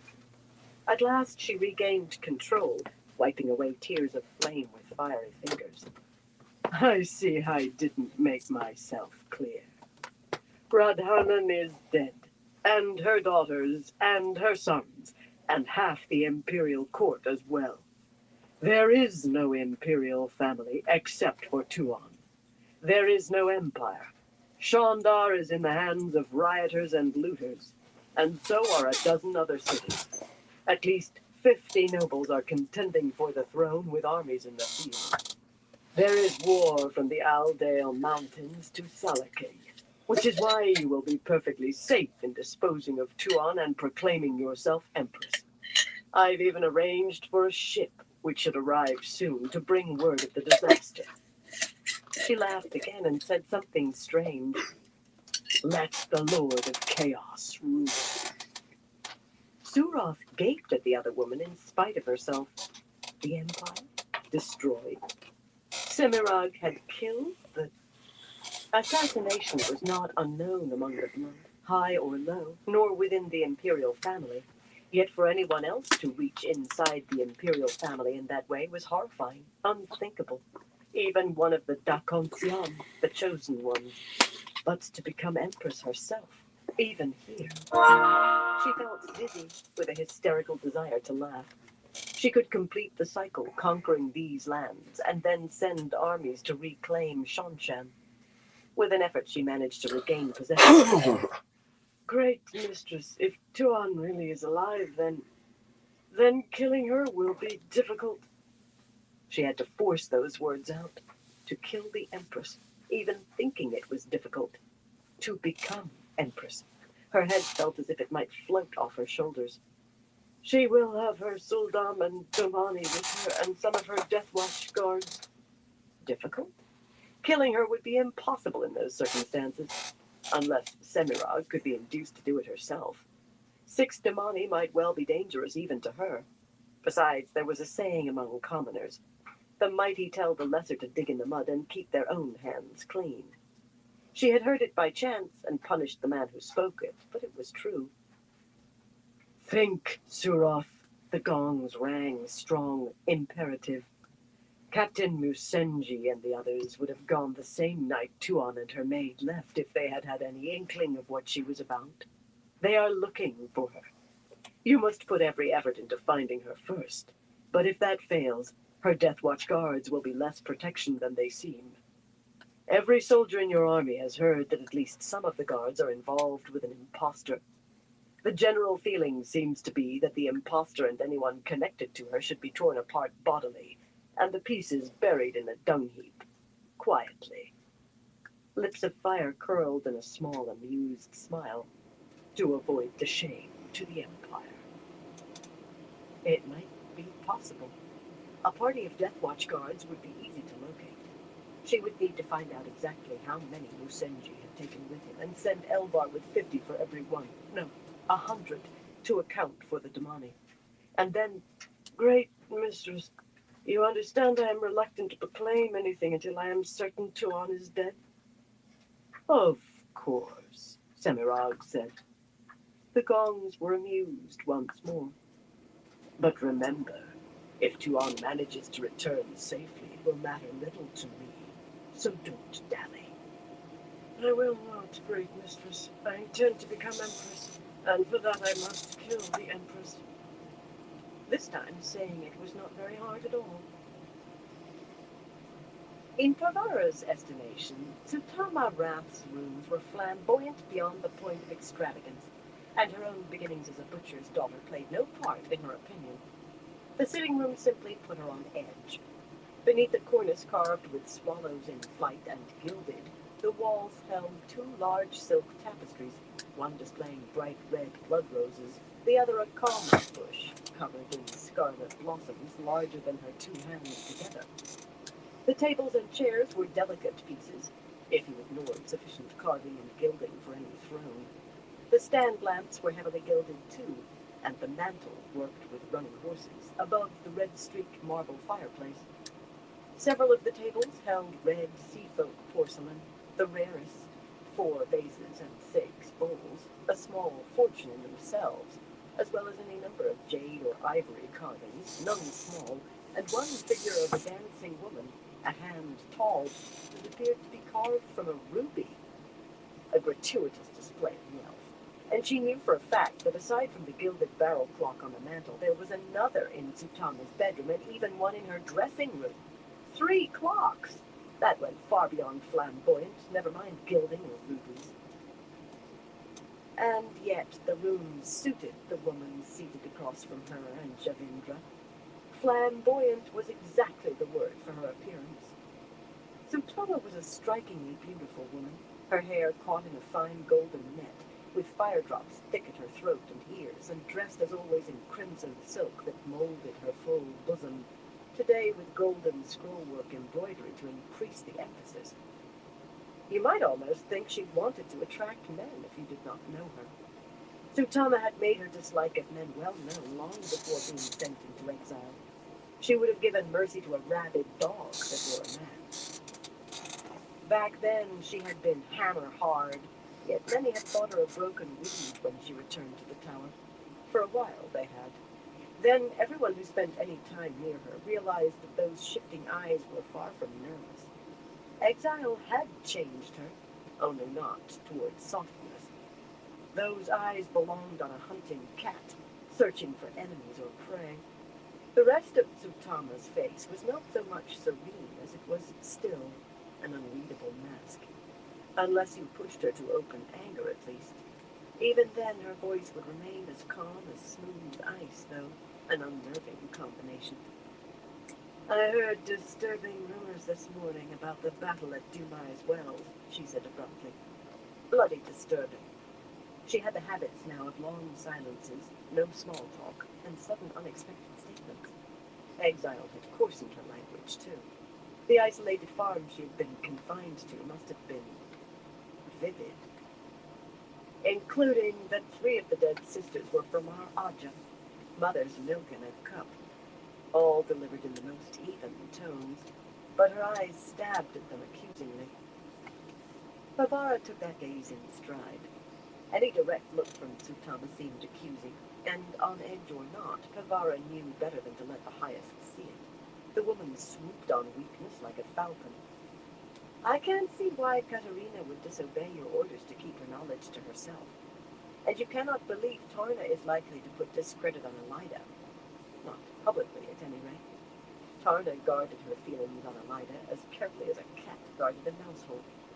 But sisters do get reports from their eyes and ears. We can't stop them learning what happened. I'm surprised it's taken this long. That's so, Javindra added, smoothing her skirts. The angular woman wore no jewelry aside from the great serpent ring, and her dress was unadorned, and a red deep enough to appear near black. Sooner or later the facts will all come out if we work till our fingers bleed. Her mouth was so tight she seemed to be biting something, yet she sounded almost satisfied. Odd that. She was Elida's lapdog.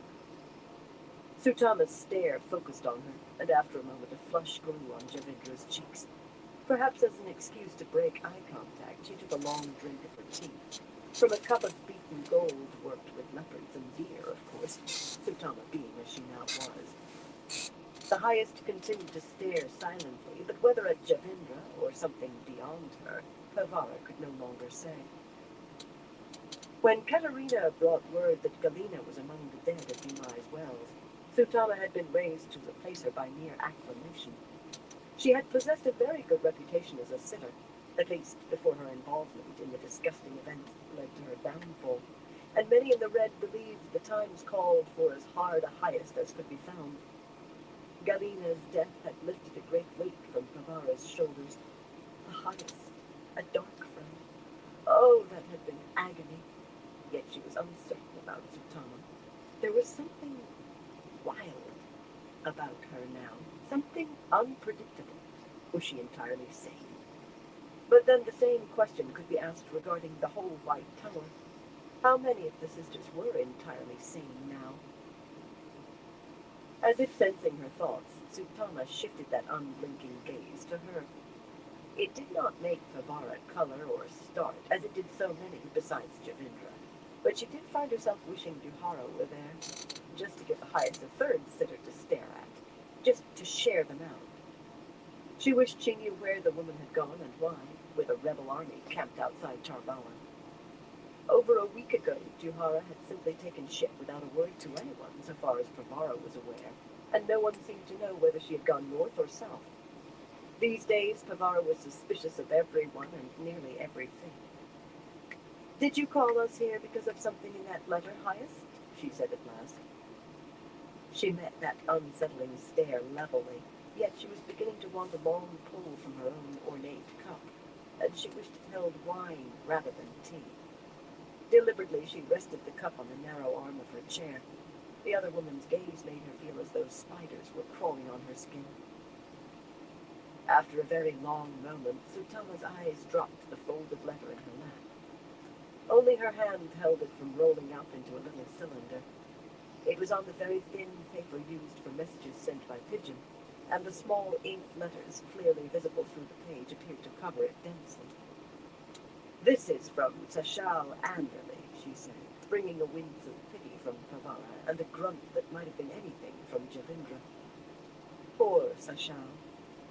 Tsutama continued without any outward sign of sympathy, though.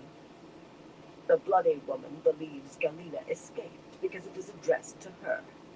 Much of what she writes merely confirms what we already know from other sources, including Tove. But without naming them, she bloody well says that she is in charge of most of the sisters in the city of Kyrian." "How can Sashal be in charge of any sisters?" Javindra shook her head, her expression denying the possibility. "Could she have gone insane?" Pavara held her silence. Tsutama gave answers when she wished, rarely when we asked. Tovain's earlier letter, also addressed to Galina, had not mentioned Sashal at all, or the other two. But of course she would have found the entire subject beyond distasteful.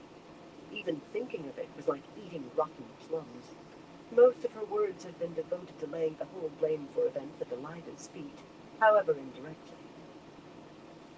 Tsutama's eyes flickered toward Javindra like dagger thrusts, but she went on without pausing. "Sashal recounts Tovain's bloody visit to Kyrian with the other sisters in the flaming Ashaman, though she clearly doesn't know about the bloody bonding. She found it all very strange, sisters mingling with Ashaman on tense yet often friendly terms. Blood and bloody ashes. That is how she puts it, burn me." Tsutama's tone, suitable for discussing the price of lace, in strong contrast to the intensity of her eyes and her language, gave no hint of what she felt on the subject. "Sashal says that when they left, they took flaming warders belonging to sisters she believes are with the boy. So it seems bloody certain they were looking for him and likely have found him by now. She has no idea why. But she confirms what Tovain claimed concerning Logain. Apparently the bloody man is no longer gentle." "Impossible," Javindra muttered into her teacup, but softly. Tsutama disliked having her statements challenged. Pavara kept her opinions to herself and sipped from her own cup. So far there seemed nothing in the letter worthy of discussion except how Sashal could be in charge of anything, and she would rather think of anything other than Sashal's fate. The tea tasted of blueberries. How had Tsutama obtained blueberries this early in the spring? Perhaps they had been dried. "I will read the rest to you," Tsutama said, unfolding the page and scanning almost to the bottom before beginning. Apparently, Sashal had been very detailed. What was the highest not sharing? So many suspicions. "I have been so long without communicating because I could not work out how to say what I must. But now I see that simply telling the facts is the only way. Along with a number of other sisters, who I will leave to decide for themselves whether to reveal what I am about to, I have sworn an oath of fealty to the Dragon Reborn, which is to last until Tarmangaiden has been fought." Javindra gasped loudly, her eyes popping, but Pavara merely whispered, "Taviran." It must be that. Taviran had always been her explanation for most of the disturbing rumors out of Kyrian. Tsutama read on, right over them. "What I do for the good of the Red Aja and the good of the Tower. Should you disagree, I will surrender myself for your discipline, after Tarmangaiden. As you may have heard, Ergine Fatamed, Ronarla Vivanios, and I were all stilled when the Dragon Reborn escaped at Dumai's Wells. We have been healed, however, by a man named Damer Flynn, one of the Ashaman, and we all seem to be restored fully. Unlikely as this seems, I swear beneath the light and by my hope of salvation and rebirth that it is true. I look forward to my eventual return to the Tower, where I will retake the 3 oaths to reaffirm my dedication to my Aja and to the Tower." Folding the letter again, she gave her head a small shake. There's more, but it's all more bloody pleading that what she's doing is for the Aja and the tower. A glitter in her eyes suggested that Sashal might come to regret surviving the last battle. If Sashal truly has been healed, Pavara began, and could not go on. She wet her lips with tea, then raised the cup again and took a mouthful. The possibility seemed too wonderful to hope for. A snowflake that might melt at a touch. This is impossible, Javindra growled, though not very strongly. Even so, she directed the comment to Pavara, lest the highest think it meant for her. A deep scowl made her face harsher. Gentling cannot be healed. Stilling cannot be healed. Sheep will fly first. Sashal must be delusional. Tovane might be mistaken, Sutama said in a very strong voice. Though if she is, I can't see why these flaming Ashaman would let Loghain be one of them, much less command. But I hardly think Sashal could be bloody mistaken about herself. And she doesn't write like a woman having flaming delusions. Sometimes what is bloody impossible is only bloody impossible until the first woman does it. So, Stilling has been healed by a man. Those flaming Shanshan locusts are chaining every woman they find who can channel, apparently including a number of sisters. 12 days passed. Well, you know what happened as bloody well as I. The world has become a more dangerous place than at any time since the Trolloc Wars, perhaps since the breaking itself. Therefore, I've decided we will move forward with your scheme for these flaming Ashaman, Pavara. Distasteful and hazardous, yet burn me, there is no bloody choice. You and Javindra will arrange it together. Pavara winced, not for the Shanshan. They were human, whatever strange ter'angreal they possessed, and they would be defeated eventually. Mention of what the Forsaken had done 12 days ago brought a grimace, though, despite her efforts at keeping a smooth face. So much that wielded in one place could have been no one else. To the extent she could, she avoided thinking about that or what they might have been trying to accomplish. Or worse, what they might have accomplished. A second wince came at hearing the proposal to bomb the Ashaman named as hers, but that had been inevitable from the moment she presented Tarna's suggestion to Tsutama, while holding her breath against the eruption she was sure would come. She had even used the argument of increasing the size of linked circles by including men against that monstrous display of the power. Surprisingly, there had been no eruption and small reaction of any kind. Tsutama merely said she would think on it, and insisted on having the relevant papers about men and circles delivered to her from the library. The third wince, the largest, was for having to work with Javindra, for being saddled with the job at all. She had more than enough on her plate at the moment, besides which working with Javindra was always painful. The woman argued against anything put forward by anyone save herself. Nearly anything. Javindra had been vehemently against bonding Ashaman, horrified at the notion of Red Sisters bonding anyone almost as much as at bonding men who could channel. Yet now that the highest had commanded it, she was stymied. Still she found a way to argue against. Elida will never allow it, she muttered. Tsutama's glittering eyes caught her gaze and held it. The bony woman swallowed audibly. Elida will not know until it is too late, Javindra. I hide her secrets. The disaster against the Black Tower, Dumar's Wells, as best I can because she was raised from the Red. But she is the Amalan seat of all Ajas and none. That means she is no longer Red. And this is Aja business, not hers. A dangerous tone entered her voice, and she had not cursed once. That meant she was on the edge of open fury. Do you disagree with me on this? Do you intend to inform Elida despite my express wishes? No, highest, Javindra replied quickly, then buried her face in her cup. Strangely, she seemed to be hiding a smile. Pavara contented herself with shaking her head. If it had to be done, and she was certain it must, then clearly Elida had to be kept in the dark. What did Javindra have to smile about? Too many suspicions. I'm very glad that you both agree with me, Tsutama said dryly, leaning back in her chair. Now leave me. They paused only to set down their cups and curtsy. In the Red, when the highest spoke, everyone obeyed, including sitters.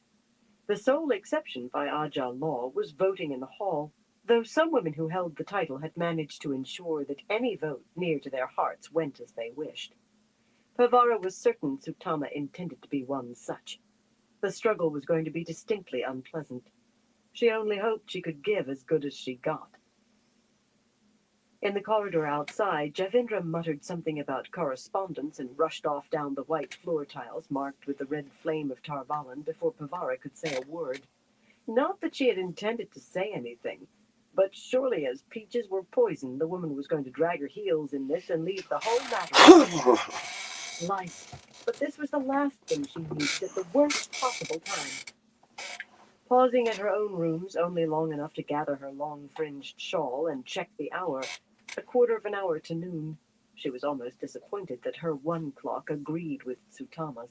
Clocks frequently did not. She left the red quarters and hurried deeper into the tower, down into the common areas below the quarters. The wide hallways were well lighted with mirrored stand lamps, but almost empty of people, which made them seem cavernous, and the frieze-banded white walls stark. The occasional rippling of a bright tapestry in a draught had an eerie feel, as though the silk or wool had taken on life. The few people she saw were serving men and women with the flame of Tarvalin on their chests, scurrying along about their chores and barely pausing long enough to offer hurried courtesies. They kept their eyes lowered. With the Ajas separated into all but warring camps, fetid tension and antagonism filled the tower, and the mood had infected the servants. Frightened them, at least. She couldn't be sure, but she thought fewer than 200 sisters remained in the tower, most keeping to their Aja quarters except for necessity. So she really did not expect to see another sister strolling. When Adalorna Bastine glided up the short stairs from a crossing corridor almost right in front of her, she was so surprised she gave a start. Adalorna, who made slimness appear stately despite her lack of height, walked on without acknowledging Pavara in any way. The Saldaean woman wore her shawl, too. No sister was seen outside her Aja quarters without her shawl now, and was followed by her 3 warders. Short and tall, wide and lean, they wore their swords, and their eyes never ceased moving. Warders wearing swords and plainly guarding their Aes Sedai's back in the tower. That was all too common, yet Pavara could have wept at it. Only there were too many reasons for weeping to settle on one. Instead, she set about solving what she could. Sutama could command Reds to bond Ashaman, command them not to go running to Elida, but it seemed best to begin with sisters who might be willing to entertain the notion without being ordered, especially with rumors spreading of 3 Red sisters dead at Ashaman hands. Karna Fair had already entertained it, so a very private conversation with her was in order. She might know others of a like mind. The greatest difficulty would be approaching the Ashaman with the idea. They were very unlikely to agree just because the Trickles had already bonded 51 sisters. Light of the world! 51! Broaching the subject would require a sister who possessed diplomacy and a way with words. And iron nerve. She was still mulling over names when she saw the woman she had come to meet, already at the appointed place, apparently studying a tall tapestry. Tiny and willowy and regal in her pale silver silk, with a slightly darker lace at her neck and wrists, Yukiri appeared thoroughly engrossed in the tapestry and quite at her ease. Pavara could only recall seeing her the slightest bit flustered on one occasion, and putting Taline to the question had been nerve-wracking for everyone there. Yukiri was alone, of course, though of late she had been heard to say she was thinking of taking a warder again. Doubtless that was equal parts the current times and their own present situation. Pavara could have done with a warder or 2 herself. Is there any truth in this, or is it all the weaver's fancy? She asked, joining the smaller woman. The tapestry showed a long-ago battle against Trollocs, or was purported to. Most such things were made long after the fact, and the weavers usually went by hearsay. This one was old enough to be the protection of a warden to keep it from falling apart. I know as much about tapestries as a pig knows about blacksmithing, Pavara. For all her elegance, Yukiri seldom let long pass without revealing her country origins. The silvery gray fringe of her shawl swung as she gathered it around her. You're late, so let's be brief. I feel like a hen being watched by a fox. Maris broke this morning, and I gave her the oath of obedience myself, but as with the others, her one other is out of the tower. With the rebels, I think. She fell silent as a pair of serving women approached up the hallway, carrying a large wicker laundry basket with neatly folded bed linens bulging from the top. Pavara sighed. It had seemed so encouraging at the start, terrifying and nearly overwhelming, too. Yet they had appeared to be making a good beginning. Talene had only known the name of one other black sister actually in the tower at present, but once Atuan had been kidnapped, Pavara would have liked to think of it as an arrest. Yet she could not, when they seemed to be violating half of tower law, and a good many strong customs besides. Once Atuan was safely in hand, she had soon been induced to surrender the names of her heart. Karala Sangier, a Damani Grey, and Maris Thornhill, an Andoran Brown. Only Karala among them had a warder, though he had turned out to be a dark friend too. Luckily, soon after learning that his Aes Sedai had betrayed him, he had managed to take poison in the basement room where he had been confined while Karala was questioned. Strange to think of that as lucky, but the oath rod only worked on those who could channel, and they were too few to guard and tend prisoners. It had been such a bright beginning, however fraught, and now they were at an impasse unless one of the others returned to the tower, back to searching for discrepancies between what sisters claimed to have done and what it could be proven they actually had. Something made harder by the inclination of most sisters to be oblique in nearly everything. Of course, Talene and the other three would pass along whatever they knew, whatever came into their hands. The oath of obedience took care of that. But any message very much more important than take this and put it in that place would be in a cipher known only to the woman who sent it and the woman it was directed to. Some were protected by a weave that made the ink vanish if the wrong hand broke the seal. That could be done with so little of the power it might go unnoticed unless you were looking for it, and there appeared to be no way to circumvent the ward. If they were not at an impasse, then their flow of success was reduced to a creeping trickle, and always there was the danger that the hunted would learn of them and become the hunters, invisible hunters for all practical purposes, just as they now seemed invisible prey. Still, they had 4 names, plus 4 sisters in hand, who would admit they were dark friends, though likely Maris would be as quick as the other 3 to claim she now rejected the shadow, repented of her sins, and embraced the light once more, enough to convince anyone. Supposedly the Black Ajah knew everything that passed in Elida's study, yet it might be worth the risk. Pavara refused to believe Talene's claim that Elida was a dark friend. After all, she had initiated the hunt. The Amarlin seat could rouse the entire tower. Perhaps a revelation that the Black Ajah truly existed might do what the appearance of the rebels with an army had failed to: stop the Ajahs from hissing at one another like strange cats, and bind them back together. The tower's wounds called for desperate remedies. The serving women passed beyond earshot, and Pavara was about to bring up the suggestion when Yukiri spoke again. Last night, Talene received an order to appear tonight before their Supreme Council. Her mouth twisted around the words in distaste. It seems that happens only if you're being honored or given a very, very important assignment, or if you're to be put to the question. Her lips almost writhed. What they had learned about the Black Ajah's means of putting someone to the question was as nauseating as it was incredible. Forcing a woman into a circle against her will. Guiding a circle like pony. Pavara felt her stomach writhing.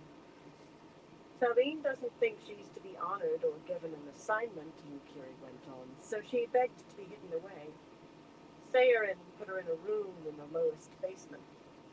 Talene may be wrong, but I agree with Sayerin. Risking it would be letting a dog into the chicken yard and hoping for the best. Pavara stared up at the tapestry stretching well above their heads. Armored men swung swords and axes, stabbed spears and halberds at huge man-like shapes with boars' snouts and wolves' snouts, with goats' horns and rams' horns. The Weaver had seen Trollocs. For accurate drawings. Men fought alongside the Trollocs, too. Dark friends. Sometimes fighting the shadow required spilling blood and desperate remedies. Let Talene go to this meeting, she said. We'll all go. They won't expect us. We can kill or capture them and decapitate the Black at a stroke. This Supreme Council must know the names of all of them. We can destroy the whole Black Ajah. Lifting an edge of the fringe on Pavara's shawl with a slim hand, Yukiri frowned at it ostentatiously. Yes, red. I thought it might have turned green when I wasn't looking. There will be 13 of them, you know. Even if some of this council are out of the tower, the rest will bring in sisters to make up the number. I know, Pavara replied impatiently. Talene had been a fount of information, most of it useless and much of it horrifying, almost more than they could take in. We take everyone. We can order Zera and the others to fight alongside us, and even Talene and that lot. They'll do as they're told. In the beginning, she had been uneasy about that oath of obedience, but over time you could become accustomed to anything. So, 19 of us against 13 of them, Yukiri mused, sounding much too patient. Even the way she adjusted her shawl radiated patience. Plus whoever they have watching to make sure their meeting isn't disturbed. Thieves are always the most careful of their purses. That had the irritating sound of an old saying. Best to call the numbers even at best, and probably favoring them. How many of us die in return for killing or capturing how many of them? More importantly, how many of them escape? Remember, they meet hooded. If just one escapes, then we won't know who she is, but she'll know us, and soon enough the whole Black Ajah will know too. It sounds to me less like chopping off a chicken's head than like trying to wrestle a leopard in the dark. Pavara opened her mouth, then closed it without speaking. Yukiri was right. She should have tallied the numbers and reached the same conclusion herself. But she wanted to strike out at something, at anything, and small wonder.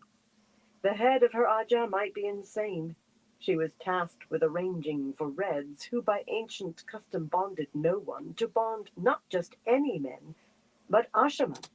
And the hunt for dark friends in the tower had reached a stone wall. Strike out? She wanted to bite holes through bricks. She thought their meeting was at an end. She had come only to learn how matters progressed with Maris, and a bitter harvest that had turned out. But Yukiri touched her arm. Walk with me a while. We've been here too long, and I want to ask you something. Nowadays, sitters of different Ajahs standing together too long made rumors of plots sprout like mushrooms after rain. For some reason, talking while walking seemed to cause many fewer. It made no sense, but there it was. Yukiri took her time getting to her question. The floor tiles turned from green and blue to yellow and brown as they walked along one of the main corridors that spiraled gently through the tower, down 5 floors without seeing anyone else before she spoke. Has the Red heard from anyone who went with Tovane? Pavara almost tripped over her own slippers. She should have expected it, though. Tovane would not have been the only one to write from Cairhien. From Tovane herself, she said, and told almost everything that had been in Tovane's letter. Under the circumstances, there was nothing else she could do. She did hold back the accusations against Elida, and also how long ago the letter had arrived. The one was still Ajah business, she hoped, while the other might require awkward explanations. We heard from Akura Vayet. Yukiri walked a few paces in silence, then muttered, Blood and bloody ashes. Pavara's eyebrows rose in shock. Yukiri was often earthy, but never vulgar before this. She noted that the other woman had not said when Akura's letter arrived either. Had the Grey received other letters from Cairhien, from sisters who had sworn to the Dragon Reborn? She could not ask. They trusted one another with their lives in this hunt, and still Ajah business was Ajah business.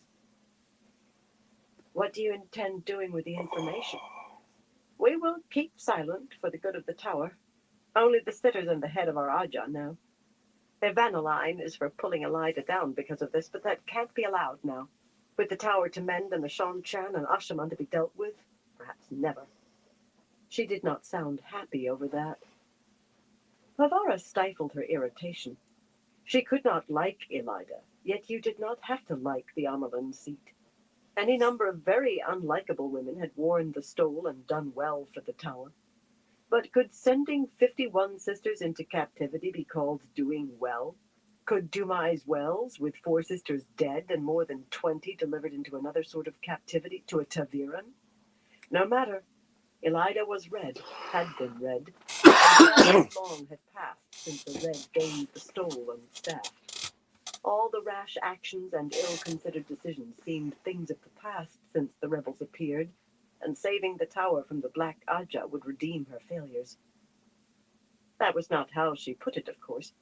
She began the hunt, Yukiri. She deserves to finish it.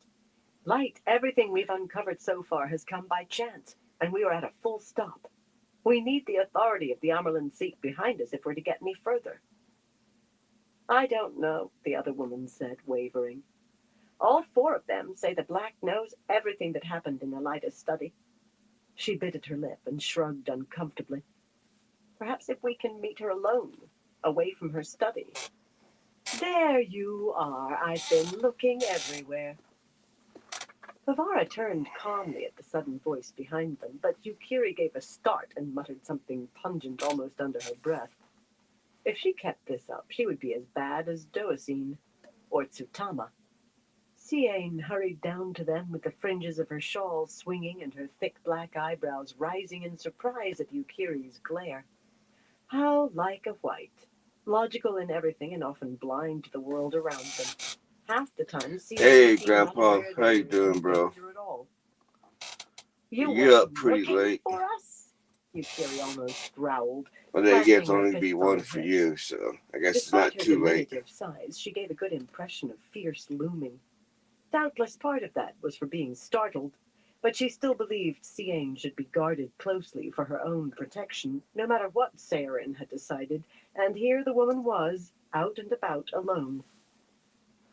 For you, for Sarin, for anyone, Siane replied calmly.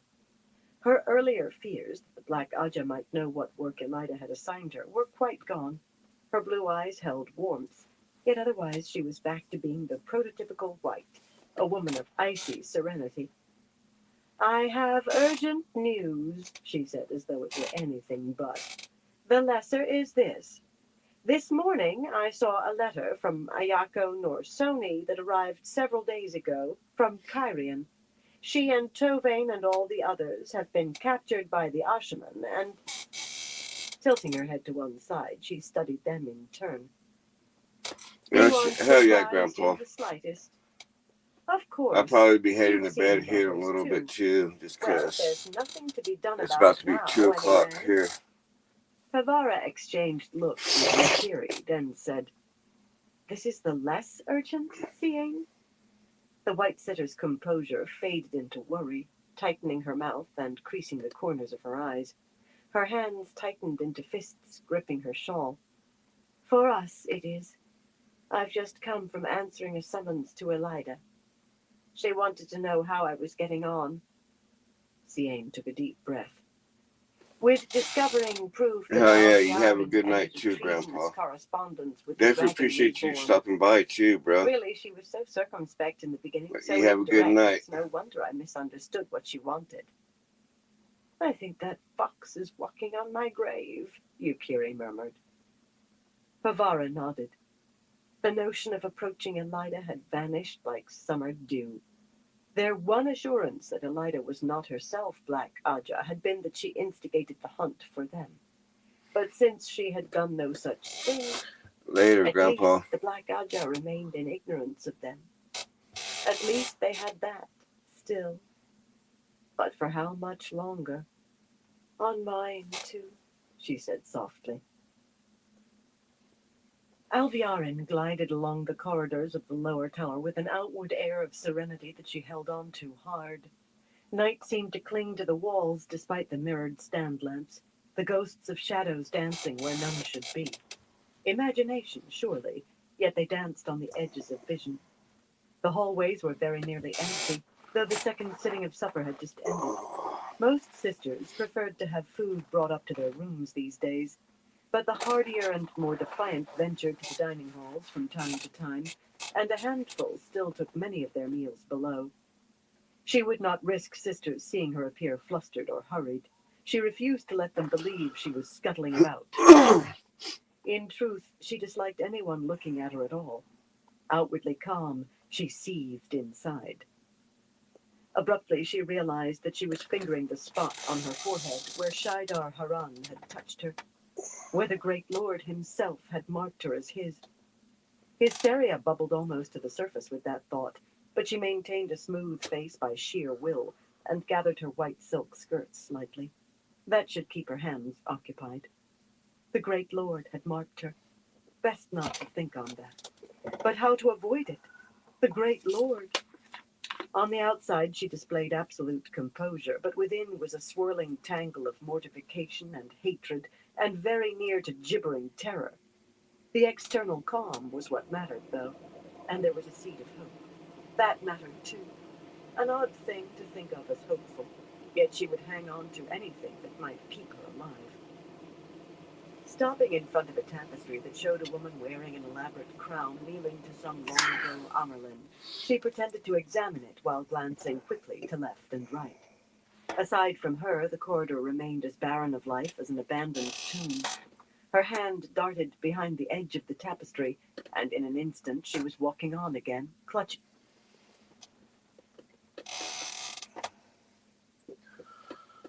All right, everyone. I'm going to call into this live for tonight. I want to thank everyone for stopping by and everyone who continues to stop by. I definitely appreciate all y'all's support. Until next time, everyone, y'all stay safe out there.